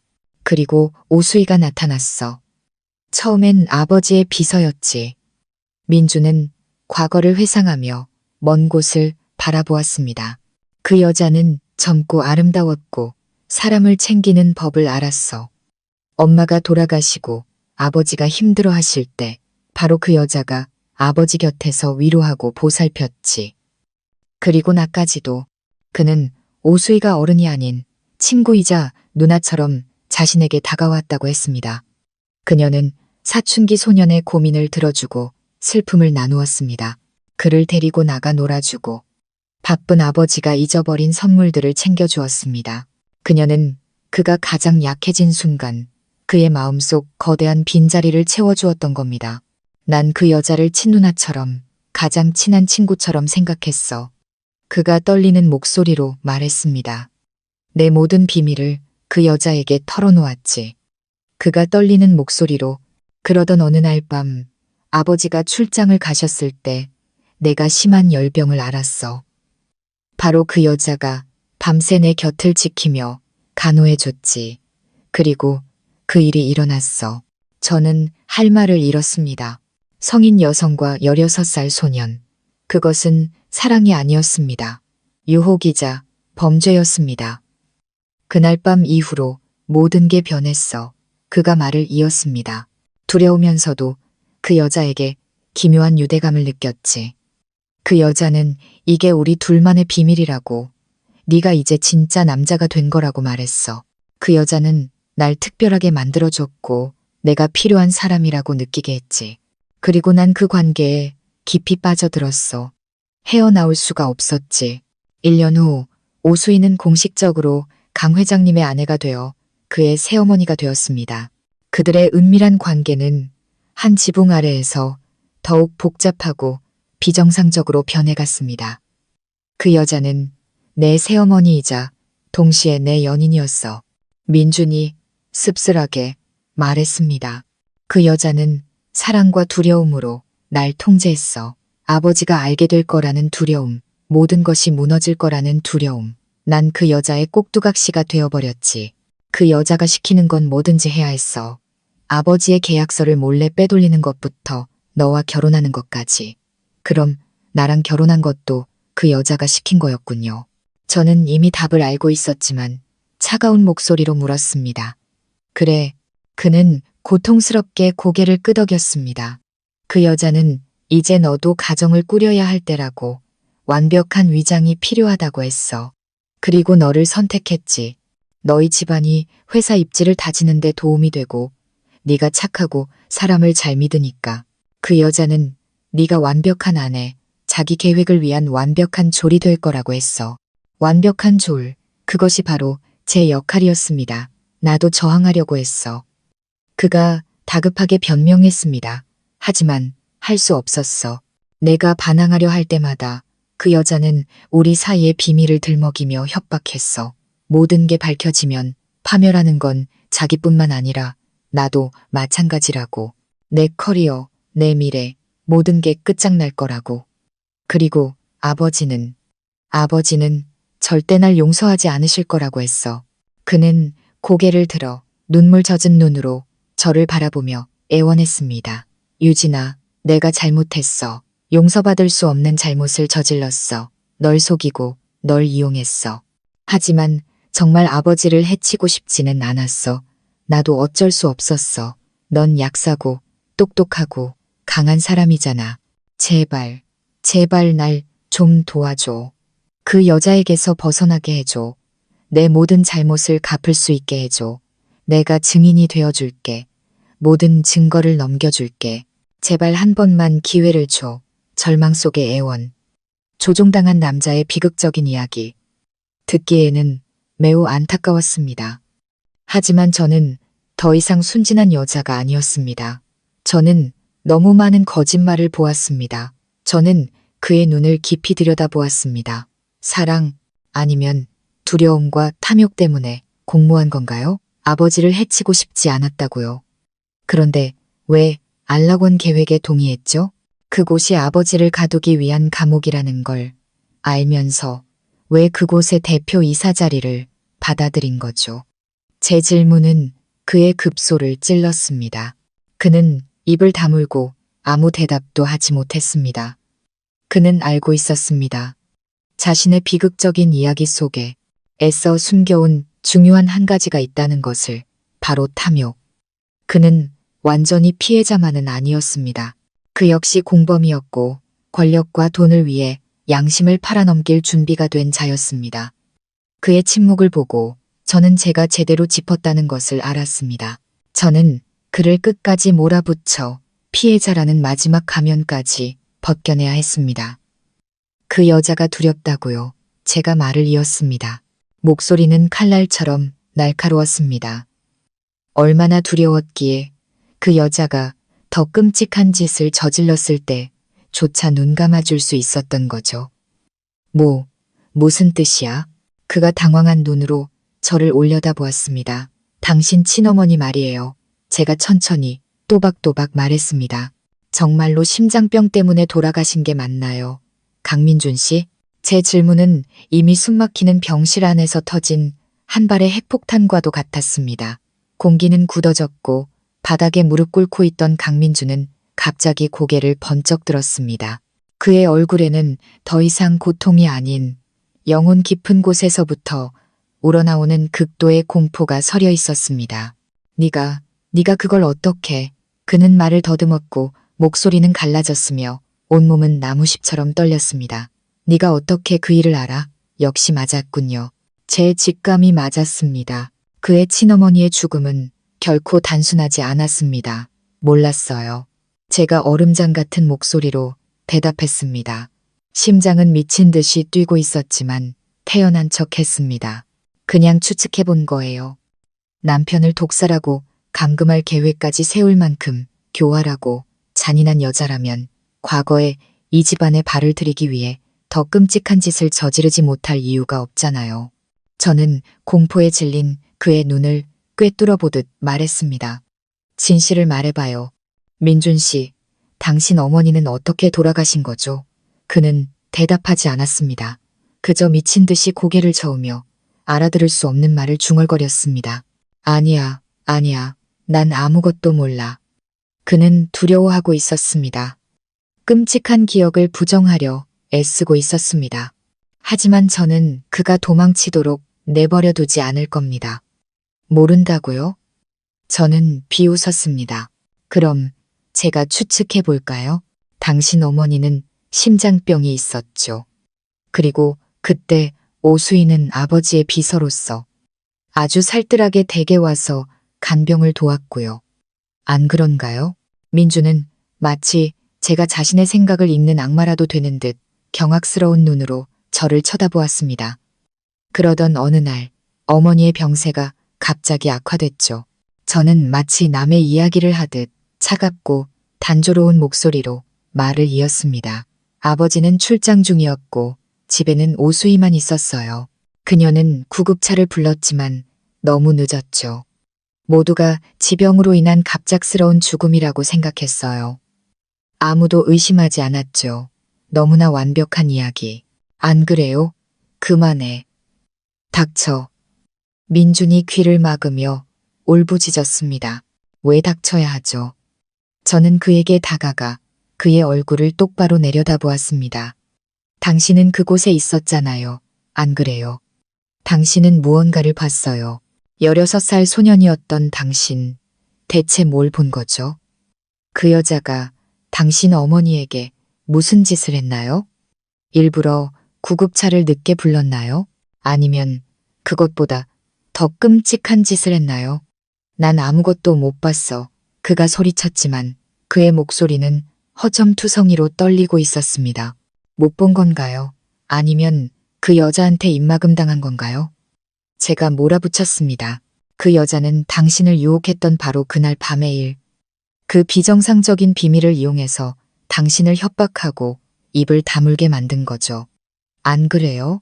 그 여자는 당신을 증인해서 자기 엄마를 죽인 범죄의 공범으로 만들어버린 거예요. 아니야. 그는 바닥에 쓰러져 통곡했습니다. 지난 15년간 묻어두었던 죄책감과 고통이 터져나온 울음이었습니다. 그리고 그는 흐느낌 속에서 모든 것을 자백했습니다. 그 운명의 밤, 그는 집에 있었습니다. 방 안에서 어머니가 도와달라고 외치는 소리를 들었다고 했습니다. 그가 방으로 달려가려 했지만 오수희가 문 앞에서 그를 막았다고 합니다. 어머니는 그냥 좀 피곤하신 것뿐이니 걱정할 것 없다고. 그 여자는 나보고 그냥 방에 가서 공부나 하라고 했어. 엄마는 자기가 돌볼 테니 걱정 말라고. 그의 목소리는 갈갈이 찢겨 있었습니다. 난 그 여자를 믿었어. 그리고 얌전히 내 방으로 돌아갔지. 하지만 그는 공부를 하지 않았습니다. 그는 몰래 문틈으로 밖을 엿보았다고 했습니다. 봤어. 그는 지옥에서 들려오는 듯한 목소리로 속삭였습니다. 난 봤어. 그 여자가 엄마 침대 옆에 서 있는 걸. 그 여자 손에 베개가 들려 있었어. 그리고 그 여자는 그 베개를 엄마 얼굴 위로 눌렀어. 저는 충격으로 온몸이 얼어붙었습니다. 엄마는 발버둥 쳤어. 그가 울부짖었습니다. 엄마는 필사적으로 저항했지만 곧 모든 게 조용해졌어. 그는 그 자리에 얼어붙어 소리 한 번 지르지 못하고 아무것도 하지 못했다고 했습니다. 너무나 무서웠다고. 모든 것이 끝난 후 오수희가 그의 방으로 찾아왔습니다. 그녀는 협박하지 않았습니다. 그저 그를 안아주며 다독였다고 합니다. 네, 엄마는 이제 갔단다. 그 여자는 그렇게 말했어. 민준이 회상했습니다. 이제부터는 내가 너와 아버지를 돌봐줄 거야. 우리는 이제 한 가족이야. 그리고 이 비밀은 영원히 우리 가족만의 비밀로 하는 거다. 가족만의 비밀. 달콤하게 들리지만 이보다 더 잔인한 협박은 없었을 겁니다. 그녀는 그의 침묵을 이용해 그를 자신의 범죄에 묶어버린 공범으로 만들었던 겁니다. 마침내 모든 진실이 드러났습니다. 제가 상상했던 것보다 훨씬 더 끔찍한 진실이, 오수희는 단순한 사기꾼, 부도덕한 계모가 아니었습니다. 그녀는 악마였습니다. 사람을 죽이고 피해자의 아들을 조종했으며 다음 범죄를 계획하고 있던 악마. 그리고 내 남편 강민준. 그는 불쌍하면서도 한심한 인간이었습니다. 어릴 때부터 조종당한 것은 안타깝지만 그의 비겁함과 탐욕이 그를 악의 공범자로 만들었습니다. 저는 무너져 내린 남자를 바라보았습니다.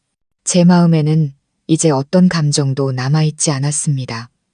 오직 혐오감과 차가운 결심만이 존재했습니다. 날 구해달라고 했죠. 제가 물었습니다. 그가 고개를 들어 황급히 고개를 끄덕였습니다. 좋아요. 제가 말했습니다. 기회를 주죠. 하지만 조건이 있어요. 무슨 조건? 뭐든지 할게. 지금부터 제 목소리는 강철처럼 단단했습니다. 당신은 더 이상 내 남편이 아니에요. 당신은 내 장기말이에요. 그 여자를 무너뜨릴 증거를 모으기 위해 내가 시키는 건 뭐든지 해야 할 거예요. 저는 그의 눈을 깊이 들여다보았습니다. 할 수 있겠어요. 그는 두려움에 가득 찬 눈으로 저를 바라보았습니다. 하지만 이내 고개를 끄덕였습니다. 더 이상 선택의 여지가 없는 막다른 길에 몰린 자의 끄덕임이었습니다. 저의 역습을 위한 덫은 그렇게 공식적으로 설치되었습니다. 이번에는 저 자신만을 위한 싸움이 아니었습니다. 억울하게 죽어간 한 영혼을 위한 싸움이기도 했습니다. 그날 병실에서 강민준이 절망적으로 고개를 끄덕인 순간 그는 공식적으로 적에서 제 체스판 위에 말이 되었습니다. 믿을 수 없고 위험하기 짝이 없는 말이었지만 상대방의 킹인 오수희에게 접근할 수 있는 유일한 말이기도 했습니다. 저는 그가 역겨웠습니다. 그의 비겁함, 탐욕, 그리고 비정상적인 관계까지 모든 것이. 하지만 제 이성은 말하고 있었습니다. 오수희처럼 교활한 여우를 잡으려면 새끼 여우를 길잡이로 써야 한다고. 좋아요. 저는 감정 없는 차가운 목소리로 말했습니다. 협력하고 싶다면 당신이 가장 먼저 해야 할 일은 연기예요. 지금까지 해왔던 것처럼 아주 완벽하게 연기하세요. 민주는 멍하니 저를 쳐다보았습니다. 연기라니. 당신은 원래 훌륭한 배우잖아요. 안 그래요? 제가 비웃었습니다. 2년 동안 나를 속였고 15년 동안 당신 아버지를 속였어요. 그냥 그 연기를 계속하면 돼요. 돌아가서 아무 일도 없었던 것처럼 행동하세요. 여전히 그 여자에게 충성스러운 연인으로, 여전히 순종적인 의부사들로 우리가 대화했다는 것, 내가 모든 것을 알게 되었다는 것을 절대 들켜서는 안 돼요. 할 수 있겠어요?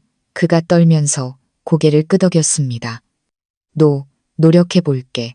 노력이 아니라 반드시 해야만 해요. 제가 강조했습니다. 이게 당신이 살 수 있는 유일한 길이에요. 그 여자가 당신의 배신을 눈치채는 순간 당신을 물귀신처럼 끌고 들어갈 게 뻔해요. 그리고 만약 당신이 내 뒤에서 다른 꿍꿍이를 꾸민다면 나 역시 당신의 모든 죄에 대한 증거를 경찰에 넘기는 걸 망설이지 않을 거예요. 알아들었겠죠. 제 협박은 효과가 있었습니다. 그의 눈에 공포가 어렸습니다. 당장 움직이지는 않을 거예요. 제가 계획을 설명했습니다. 그 여자는 호텔 사건 이후로 아주 경계하고 있을 거예요. 우리는 그 여자를 안심시켜야 해요. 돌아가서 내가 모든 업무 미팅 이야기를 믿었다고 말하세요. 내가 화난 건 당신이 말도 없이 늦었기 때문이라고. 나한테 미안해하고 사과하고 선물을 사주세요. 나를 다시 어리석고 사람 잘 믿는 아내로 되돌려 놓으세요. 그동안 당신의 임무는 증거를 모으는 거예요. 약병이든 서류든 뭐든지. 그리고 가장 중요한 건 자백을 받아내는 거예요. 하지만 하지만 어떻게? 그가 겁에 질려 물었습니다. 그 여자는 아주 신중해. 절대 그런 얘기를 입 밖에 내지 않을 거야. 그건 당신이 알아서 할 일이에요. 제가 냉정하게 대답했습니다. 당신은 15년 동안 그 여자 곁에 있었어요. 누구보다 그 여자를 잘 알겠죠. 그 여자의 약점이 뭐죠? 언제 가장 경계심을 풀죠? 그걸 이용하세요. 그 여자 입에서 직접 모든 죄를 털어놓게 만들어야 해요. 아주 어려운 임무라는 것을 알았지만 저는 그를 몰아붙여야 했습니다. 그를 제 창끝으로 만들어야만 했습니다. 병원을 나오자마자 제가 가장 먼저 전화한 곳은 경찰서가 아닌 변호사 친구 지연이었습니다. 저는 제가 발견한 모든 끔찍한 진실을 지연에게 털어놓았습니다. 수화기 너머에서 지연은 한동안 말이 없었습니다. 그녀의 충격과 분노가 느껴졌습니다. 세상에, 유진아, 그녀가 외쳤습니다. 이건 단순한 사기 사건이 아니잖아. 연쇄살인 사건이야. 너 지금 엄청나게 위험한 상황이라고. 당장 그 집에서 나와야 해. 그럴 수 없어. 제가 단호하게 대답했습니다. 내가 떠나면 모든 증거가 사라질 거야. 강 회장님은 위험해질 거고 민준이 친어머니의 죽음은 영원히 묻히게 될 거야. 난 남아야 해. 하지만 너 혼자서는 혼자가 아니야. 나한테는 뜻밖의 아군이 생겼어. 저는 지연에게 민준을 협박하고 설득한 이야기를 들려주었습니다. 그를 이용한다고? 너무 위험해, 유진아. 지연이 걱정했습니다. 그런 인간을 어떻게 믿어? 만약 그가 배신하고 오수희한테 다 일러 바치면 어떻게? 알아. 하지만 다른 선택지가 없어. 그리고 그를 완전히 믿는 건 아니야. 난 그저 그의 두려움을 이용할 뿐이야. 지연아, 나는 법률적인 도움이 필요해. 오수희가 절대 빠져나갈 수 없도록 어떤 증거들이 필요할까? 제 목소리에 담긴 결의를 느꼈는지 지연은 더 이상 말리지 않았습니다. 변호사의 두뇌가 움직이기 시작했습니다. 알았어. 그렇다면 우리는 직접적인 증거가 필요해. 민준의 증언은 중요하지만 그 역시 공범이기 때문에 신빙성이 떨어질 수 있어. 우리는 녹음 파일이 필요해. 그 여자 입으로 직접 민준이 친어머니를 살해한 것부터 강 회장님을 독살하려 한 계획까지 모든 것을 인정하는 녹음 파일. 그래야만 그 여자가 절대 발뺌할 수 없을 거야. 알았어. 제가 대답했습니다. 방법을 찾아볼게. 역습을 위한 연극이 공식적으로 시작되었습니다.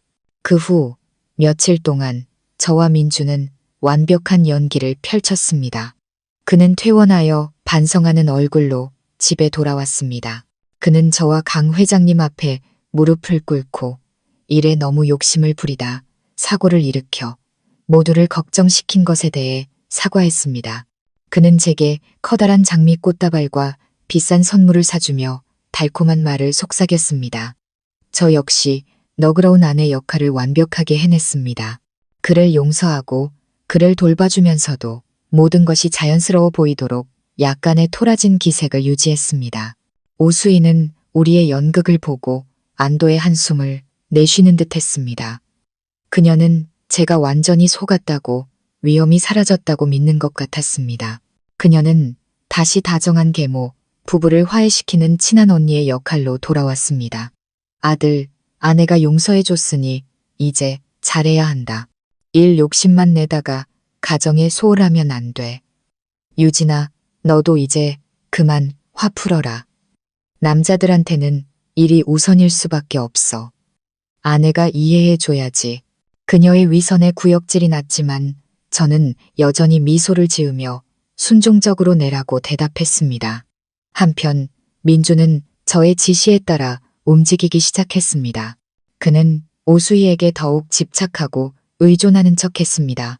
이번 사고를 통해 그녀가 자신에게 얼마나 중요한 사람인지 깨달았다며 그녀 없이는 살 수 없다고 말했습니다.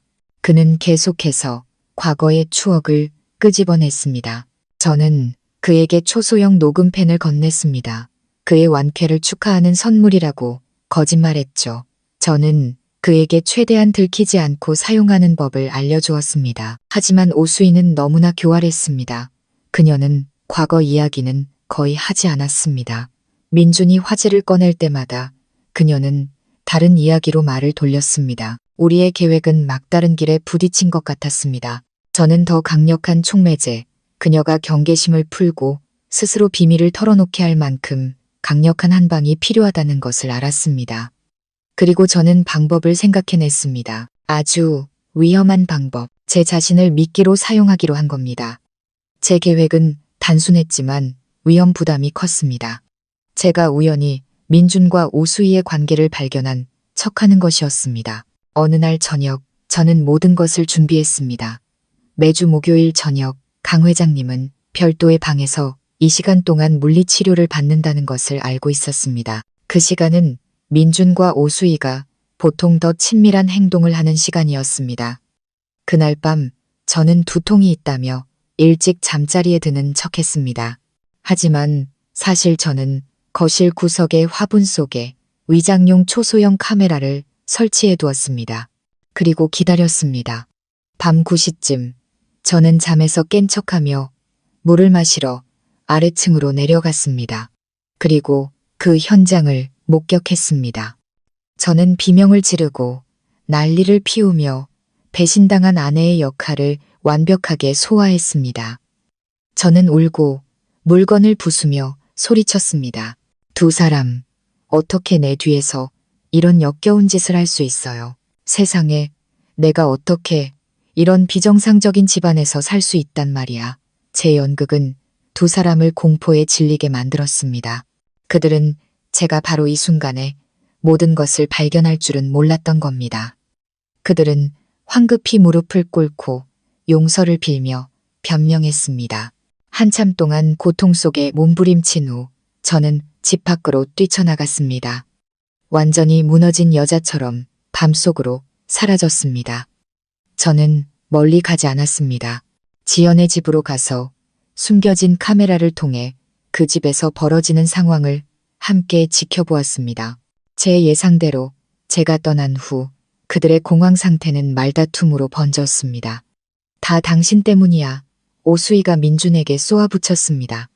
내가 조심하라고 했잖아. 이제 어떡할 거야. 저 계집애가 다 알아버렸다고. 나도 이렇게 될 줄은 몰랐어. 민준이 더듬거렸습니다. 이제 어떻게 하지? 만약 제가 아버지한테 다 말해버리면 어떻게, 감히? 오수희가 비웃었습니다. 도끼 어린 미소였습니다. 널 저렇게 사랑하는데 감히 제 얼굴에 침 뱉기를 하겠어? 그냥 토라진 것뿐이야. 내일 네가 가서 빌고 좀 달래주면 금방 다시 순해질 걸 하지만 난 무서워. 무섭긴 뭐가 무서워. 오수희가 소리쳤습니다. 그녀의 교활하고 잔인한 본성이 드러나기 시작했습니다. 당신 남자 맞아? 여자 하나 제대로 다루지 못하고 우리의 목표를 잊었어. 내가 오늘 이 자리에 오르기까지 무슨 짓을 했는지 잊었냐고. 바로 그때 민주는 제가 지시한 대로 결정적인 미끼를 던졌습니다. 잊지 않았어. 그가 두려움에 떠는 척하며 말했습니다. 다 기억해. 엄마가 돌아가시던 그날 밤도 그 베개도 다 기억한다고. 그의 말은 오수희의 약점을 정확히 찔렀습니다. 그녀의 얼굴이 굳어졌습니다. 너 그 얘기를 지금 왜 꺼내? 그녀가 씩씩거렸습니다. 무서우니까. 민준이 신들린 듯 연기하며 소리쳤습니다. 서유진이 난리를 쳐서 경찰이 들이닥치면 옛날 일까지 다 들춰낼까봐 무섭단 말이야. 엄마의 죽음이 재수사받을까봐 무서워. 우리가 모든 걸 잃게 될까봐 무섭다고. 민준의 공황 상태는 오수희에게도 전염된 듯 했습니다. 과거에 대한 두려움, 범죄가 발각될 거라는 공포가 그녀의 평정심을 무너뜨렸습니다. 그녀는 초조하게 방안을 서성였습니다. 그리고 마침내 그녀는 제가 오랫동안 기다려온 말을 내뱉었습니다. 뭘 무서워해. 그녀는 민준을 그리고 자기 자신을 안심시키려는 듯 쏘아붙였습니다. 벌써 15년이나 지난 일이야. 증거는 아무것도 없어. 네, 엄마 죽음은 박 원장이 심장마비라고 확인해줬잖아. 아무도 뒤집을 수 없어. 그녀는 잠시 말을 멈췄다가 아기의 찬 목소리로 말을 이었습니다. 그녀는 죽어 마땅했어. 감히 내 앞길을 막았으니까. 그년이 죽지 않았다면 내가 어떻게 내 아버지 곁에 있을 수 있었겠어. 어떻게 이 모든 걸 가질 수 있었겠냐고. 내가 하는 모든 건 너와 우리의 미래를 위한 거였어. 알겠어. 그녀는 민준의 옷 속에 있는 녹음펜이 이 모든 대화를 녹음하고 있다는 사실을 꿈에도 몰랐습니다. 그리고 마치 마지막 확인 사살이라도 하듯 그녀는 현재의 계획에 대해 말했습니다. 서유진은 걱정할 거 없어. 강아지 같은 년이니까. 며칠 토라지게 놔뒀다가 네가 가서 사과해. 그리고 우리는 계획을 계속 진행하는 거야. 저 늙은이를 독살할 계획 말이야. 그녀는 강 회장님의 방 쪽으로 턱짓했습니다. 저 영감만 자연스럽게 죽어주면 이 모든 재산은 우리 거야. 그때 가서 서유진을 꼭두각시로 데리고 살든 뻥 차버리든 내 마음대로 해. 돈이 우리 손에 있는데 우리가 무서워할 게 뭐가 있겠어. 대화는 끝났습니다. 지연의 집에서 저와 지연은 그대로 얼어붙어 있었습니다.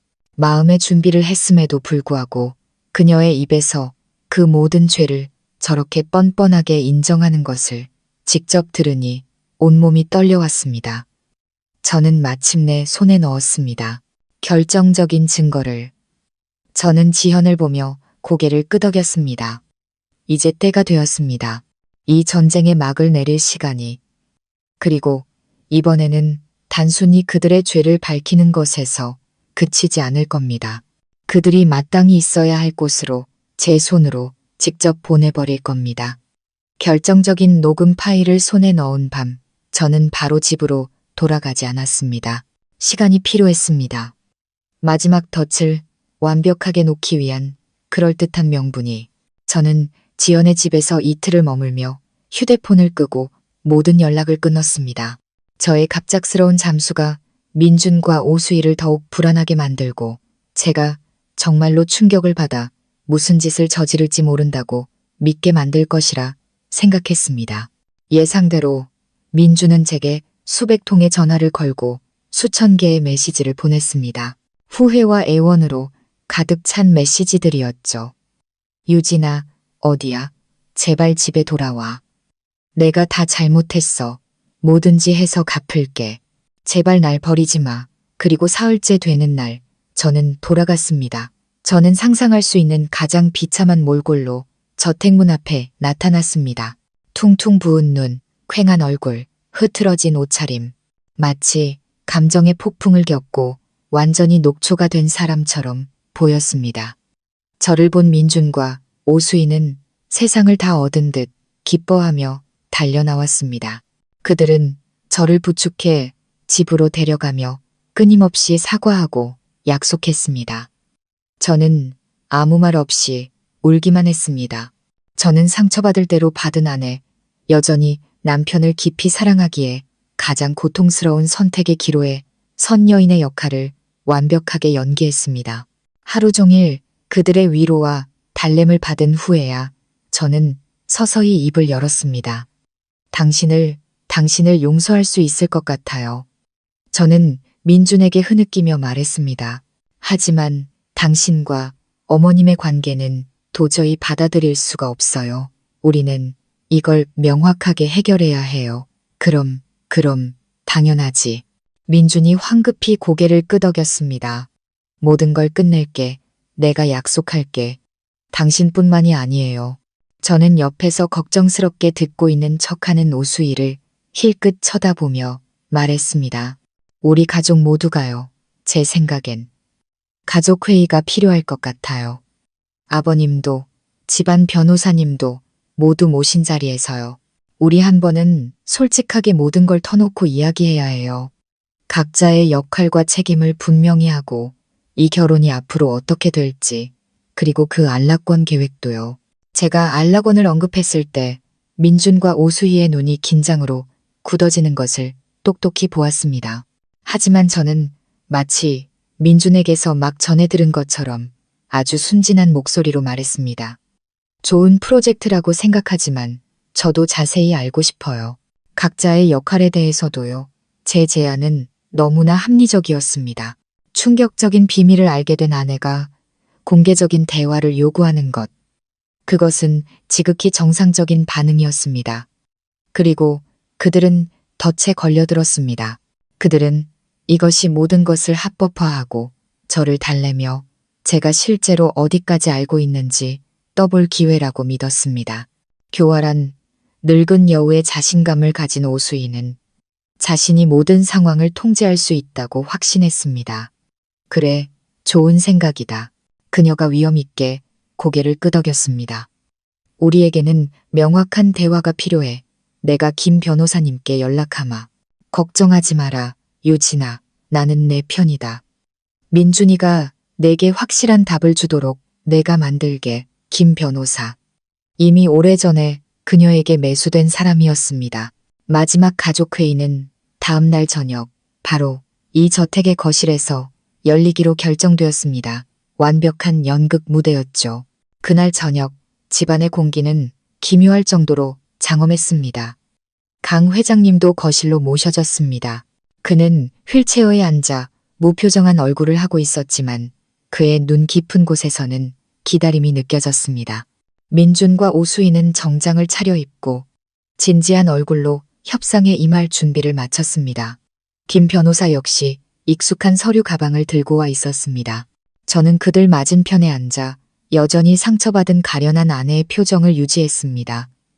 회의가 시작되었습니다. 오수희가 의장 역할을 자처하며 먼저 입을 열었습니다. 오늘 그녀가 위험 있는 목소리로 말했습니다. 우리 가족이 이 자리에 모인 것은 민준이 부부 사이에 있었던 불미스러운 오해를 풀기 위함입니다. 이미 벌어진 일에 대해 어미인 저에게도 책임이 있습니다. 제가 아들을 엄하게 가르치지 못한 탓입니다. 그녀는 모든 죄를 민준에게 돌리면서도 그들의 관계는 한순간의 실수일 뿐이라고 은근히 주장하는 위선으로 가득 찬 긴 연설을 시작했습니다. 민준은 고개를 숙이고 후회하는 죄인의 역할을 완벽하게 소화했습니다. 아들의 죄를 대신 사과한 후에야 그녀는 본론으로 들어갔습니다. 하지만 이미 벌어진 일, 중요한 것은 앞으로의 해결 방안입니다. 유진아, 네가 착하고 너그러운 아이라는 걸 안다. 민준이에게 한 번만 기회를 주길 바란다. 부부싸움은 칼로물 백이라잖니, 어머님. 제가 갑자기 그녀의 말을 끊었습니다. 제 호칭에 그녀가 순간 멈칫했습니다. 저는 한 번도 그녀를 어머님이라고 부른 적이 없었으니까요. 용서에 대해 이야기하기 전에 제 목소리는 더 이상 떨리지 않았습니다. 차갑고 명확해졌죠. 저는 이 실수가 대체 어디서부터 시작되었고 어디서 끝날 것인지 명확히 할 필요가 있다고 생각해요. 저는 그들의 반응을 기다리지 않고 리모컨을 틀어 벽에 걸린 대형 TV를 향했습니다. 제가 짧은 영상을 하나 준비했는데 다 같이 보셨으면 해요. 오늘 회의에 작은 양념이 될 거예요. 저는 버튼을 눌렀습니다. TV 화면이 켜졌지만 나타난 것은 행복한 가족 사진이 아니었습니다. 그것은 바로 이 거실의 모습, 제가 화분 속에 숨겨둔 카메라로 촬영된 영상이었습니다. 그리고 화면에는 오수희와 민준이 속삭이며 대화하는 모습이 담겨 있었습니다. 그들의 목소리가 선명하게 울려 퍼졌습니다. 무섭긴 뭐가 무서워. 당신 남자 맞아. 여자 하나 제대로 다루지 못하고 우리의 목표를 잊었어. 내가 오늘 이 자리에 오르기까지 무슨 짓을 했는지 잊었냐고? 오수희와 민준의 얼굴이 새하얗게 질렸습니다. 그들은 믿을 수 없다는 듯 화면을 뚫어져라 쳐다보았습니다. 녹음은 계속되었습니다. 그들이 정신을 차릴 틈도 주지 않았습니다. 벌써 15년이나 지난 일이야. 증거는 아무것도 없어. 내 엄마 죽음은 박 원장이 심장마비라고 확인해줬잖아. 아무도 뒤집을 수 없어. 그녀는 죽어 마땅했어. 감히 내 앞길을 막았으니까. 그년이 죽지 않았다면 내가 어떻게 내 아버지 곁에 있을 수 있었겠어. 어떻게 이 모든 걸 가질 수 있었겠냐고. 서유진은 걱정할 거 없어. 며칠 토라지게 놔뒀다가 네가 가서 사과해. 그리고 우리는 계획을 계속 진행하는 거야. 저 늙은이를 독살할 계획 말이야. 쨍그랑 강 회장님의 손에 들려있던 찻잔이 바닥으로 떨어져 산산조각 났습니다. 늘 무표정하던 그의 얼굴이 고통과 분노로 일그러졌습니다. 그는 떨리는 손으로 아내와 아들을 가리켰지만 입술만 달싹일 뿐 말을 잇지 못했습니다. 아니야, 아니야. 네가 날 함정에 빠뜨렸어. 오수희가 공포에 질려 비명을 질렀습니다. 그녀는 TV를 부수기 위해 달려들었지만 이미 너무 늦었습니다.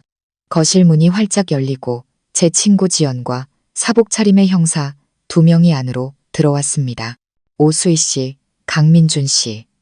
지연이 서류 뭉치를 내밀며 강철 같은 목소리로 말했습니다.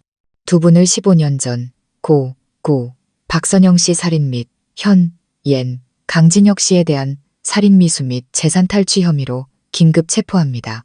이것은 체포영장입니다. 경찰의 등장은 오수희 모자의 모든 저항 의지를 완전히 꺾어버린 마지막 번개와도 같았습니다. 모든 것이 너무나 빠르고 갑작스럽게 일어났습니다. 그들에게는 변명하거나 연기할 기회조차 없었습니다. 그들의 모든 자백은 녹화되었고 모두의 앞에서 공개되었습니다. 늘 영리하고 당당했던 오수희는 바닥에 주저앉았습니다. 더 이상 소리 지르지도 않았습니다. 그저 넋이 나간 눈으로 떨며 알아들을 수 없는 말을 중얼거릴 뿐이었습니다. 범죄와 거짓, 그리고 조종으로 쌓아 올린 그녀 인생의 연극은 너무나 비참하게 막을 내렸습니다. 민주는 완전히 무너졌습니다. 그는 바닥에 꿇어앉아 울며 애원했습니다. 아니에요. 제가 아니에요. 저 여자예요. 전부 저 여자가 시킨 거라고요. 저는 어쩔 수 없었어요. 마지막 순간까지 그는 남에게 책임을 떠넘기는 비겁한 겁쟁이였습니다. 저는 그들을 바라보았습니다. 제 마음은 잔잔한 호수와 같았습니다. 통쾌함도 동정심도 없었습니다. 오직 지독한 피로감과 공허함만이 남아있었습니다. 연극은 끝났고 저는 승리했습니다. 하지만 그것은 저의 모든 믿음과 사랑을 대가로 치른 쓰디쓴 승리였습니다. 차가운 수갑이 두 사람의 손목에 채워졌습니다. 공범죄로 김 변호사 역시 함께 연행되었습니다. 끌려가던 오수희가 갑자기 저를 돌아보았습니다. 그녀의 눈에는 지독한 증오가 담겨 있었습니다. 너는 절대 행복해질 수 없을 거야, 이년아. 저는 조용히 돌아섰습니다. 제 행복은 이제 제 자신이 결정할 겁니다. 그녀의 저주와는 아무런 관련이 없었습니다. 경찰이 떠난 후 저택은 무서운 정적에 휩싸였습니다. 저와 강 회장님 단둘만이 남았습니다. 그는 여전히 휠체어에 미동도 없이 앉아 있었습니다. 하지만 그의 주름진 얼굴 위로 두 줄기 눈물이 흐르는 것을 보았습니다. 고통과 후회의 눈물이었습니다. 그는 가장 사랑하는 아내와 유일한 아들에게 가장 잔인한 방식으로 배신당했습니다. 이 고통은 아마 그가 겪고 있는 육체적인 감금보다 훨씬 더 끔찍할 것입니다. 아버님, 제가 조용히 불렀습니다. 그는 고개를 들어 감사와 깊은 미안함이 담긴 눈으로 저를 바라보았습니다. 유진아, 고맙다. 그리고 미안하다. 그것이 제가 그에게서 들은 마지막 말이었습니다. 그날 밤 이후 그의 건강은 급격히 악화되었습니다. 너무나 큰 충격이 한때 비즈니스계를 호령했던 남자를 완전히 무너뜨렸습니다. 그는 한 달 후 조용히 눈을 감았습니다. 이 사건은 명백한 증거들, 특히 자백이 담긴 녹음 파일로 인해 세상을 떠들썩하게 만들었습니다. 오수희와 민주는 법의 가장 엄격한 심판을 받았습니다. 살인 및 살인미수, 재산 탈취 혐의로 오수희는 무기징역을 선고받았습니다. 공범이었던 민준 역시 자신의 죄에 대한 대가를 기나긴 징역형으로 치르게 되었습니다. 돈과 권력으로 쌓아올린 강씨 일가의 제국은 결국 그 안의 인간들의 탐욕과 잔인함으로 인해 스스로 무너져 내렸습니다. 저는 이혼 소송을 제기했습니다. 그 끔찍한 밤 이후 강 회장님께서 몰래 다시 작성해 두신 유언에 따라 저는 제가 겪은 고통에 대한 보상으로 적지 않은 재산을 상속받았습니다. 저는 그 저택에 남지 않았습니다. 그곳을 팔아버리고 고통스러운 과거의 모든 흔적을 지웠습니다. 저는 새로운 삶을 시작했습니다. 약사로 돌아가지는 않았습니다. 저는 제가 가진 돈과 화학에 대한 지식을 바탕으로 저만의 천연 화장품 브랜드를 설립했습니다. 사업은 처음에는 어려웠지만 노력과 열정 덕분에 제 회사는 나날이 성장했습니다. 저는 이래서 다른 사람들을 아름답게 만드는 제품을 만드는 것에서 기쁨을 찾았습니다. 저는 더 이상 가짜 재벌가의 며느리 서유진이 아니었습니다. 저는 독립적이고 강하며 제 삶의 주인인 바로 저 자신이었습니다. 가끔 지난 날들이 떠오를 때가 있습니다. 제 마음속 상처는 아마 영원히 완전히 아물지는 못할 겁니다. 하지만 저는 그 상처와 함께 살아가는 법을 배웠습니다. 고통스러웠던 과거는 제게 사람의 마음에 대해, 배신에 대해, 그리고 가장 중요하게는 제 자신의 힘에 대해 값비싼 교훈을 가르쳐 주었습니다.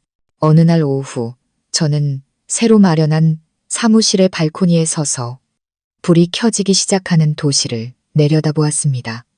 눈부신 저녁 노을이 하늘을 따뜻한 주황빛으로 물들이고 있었습니다.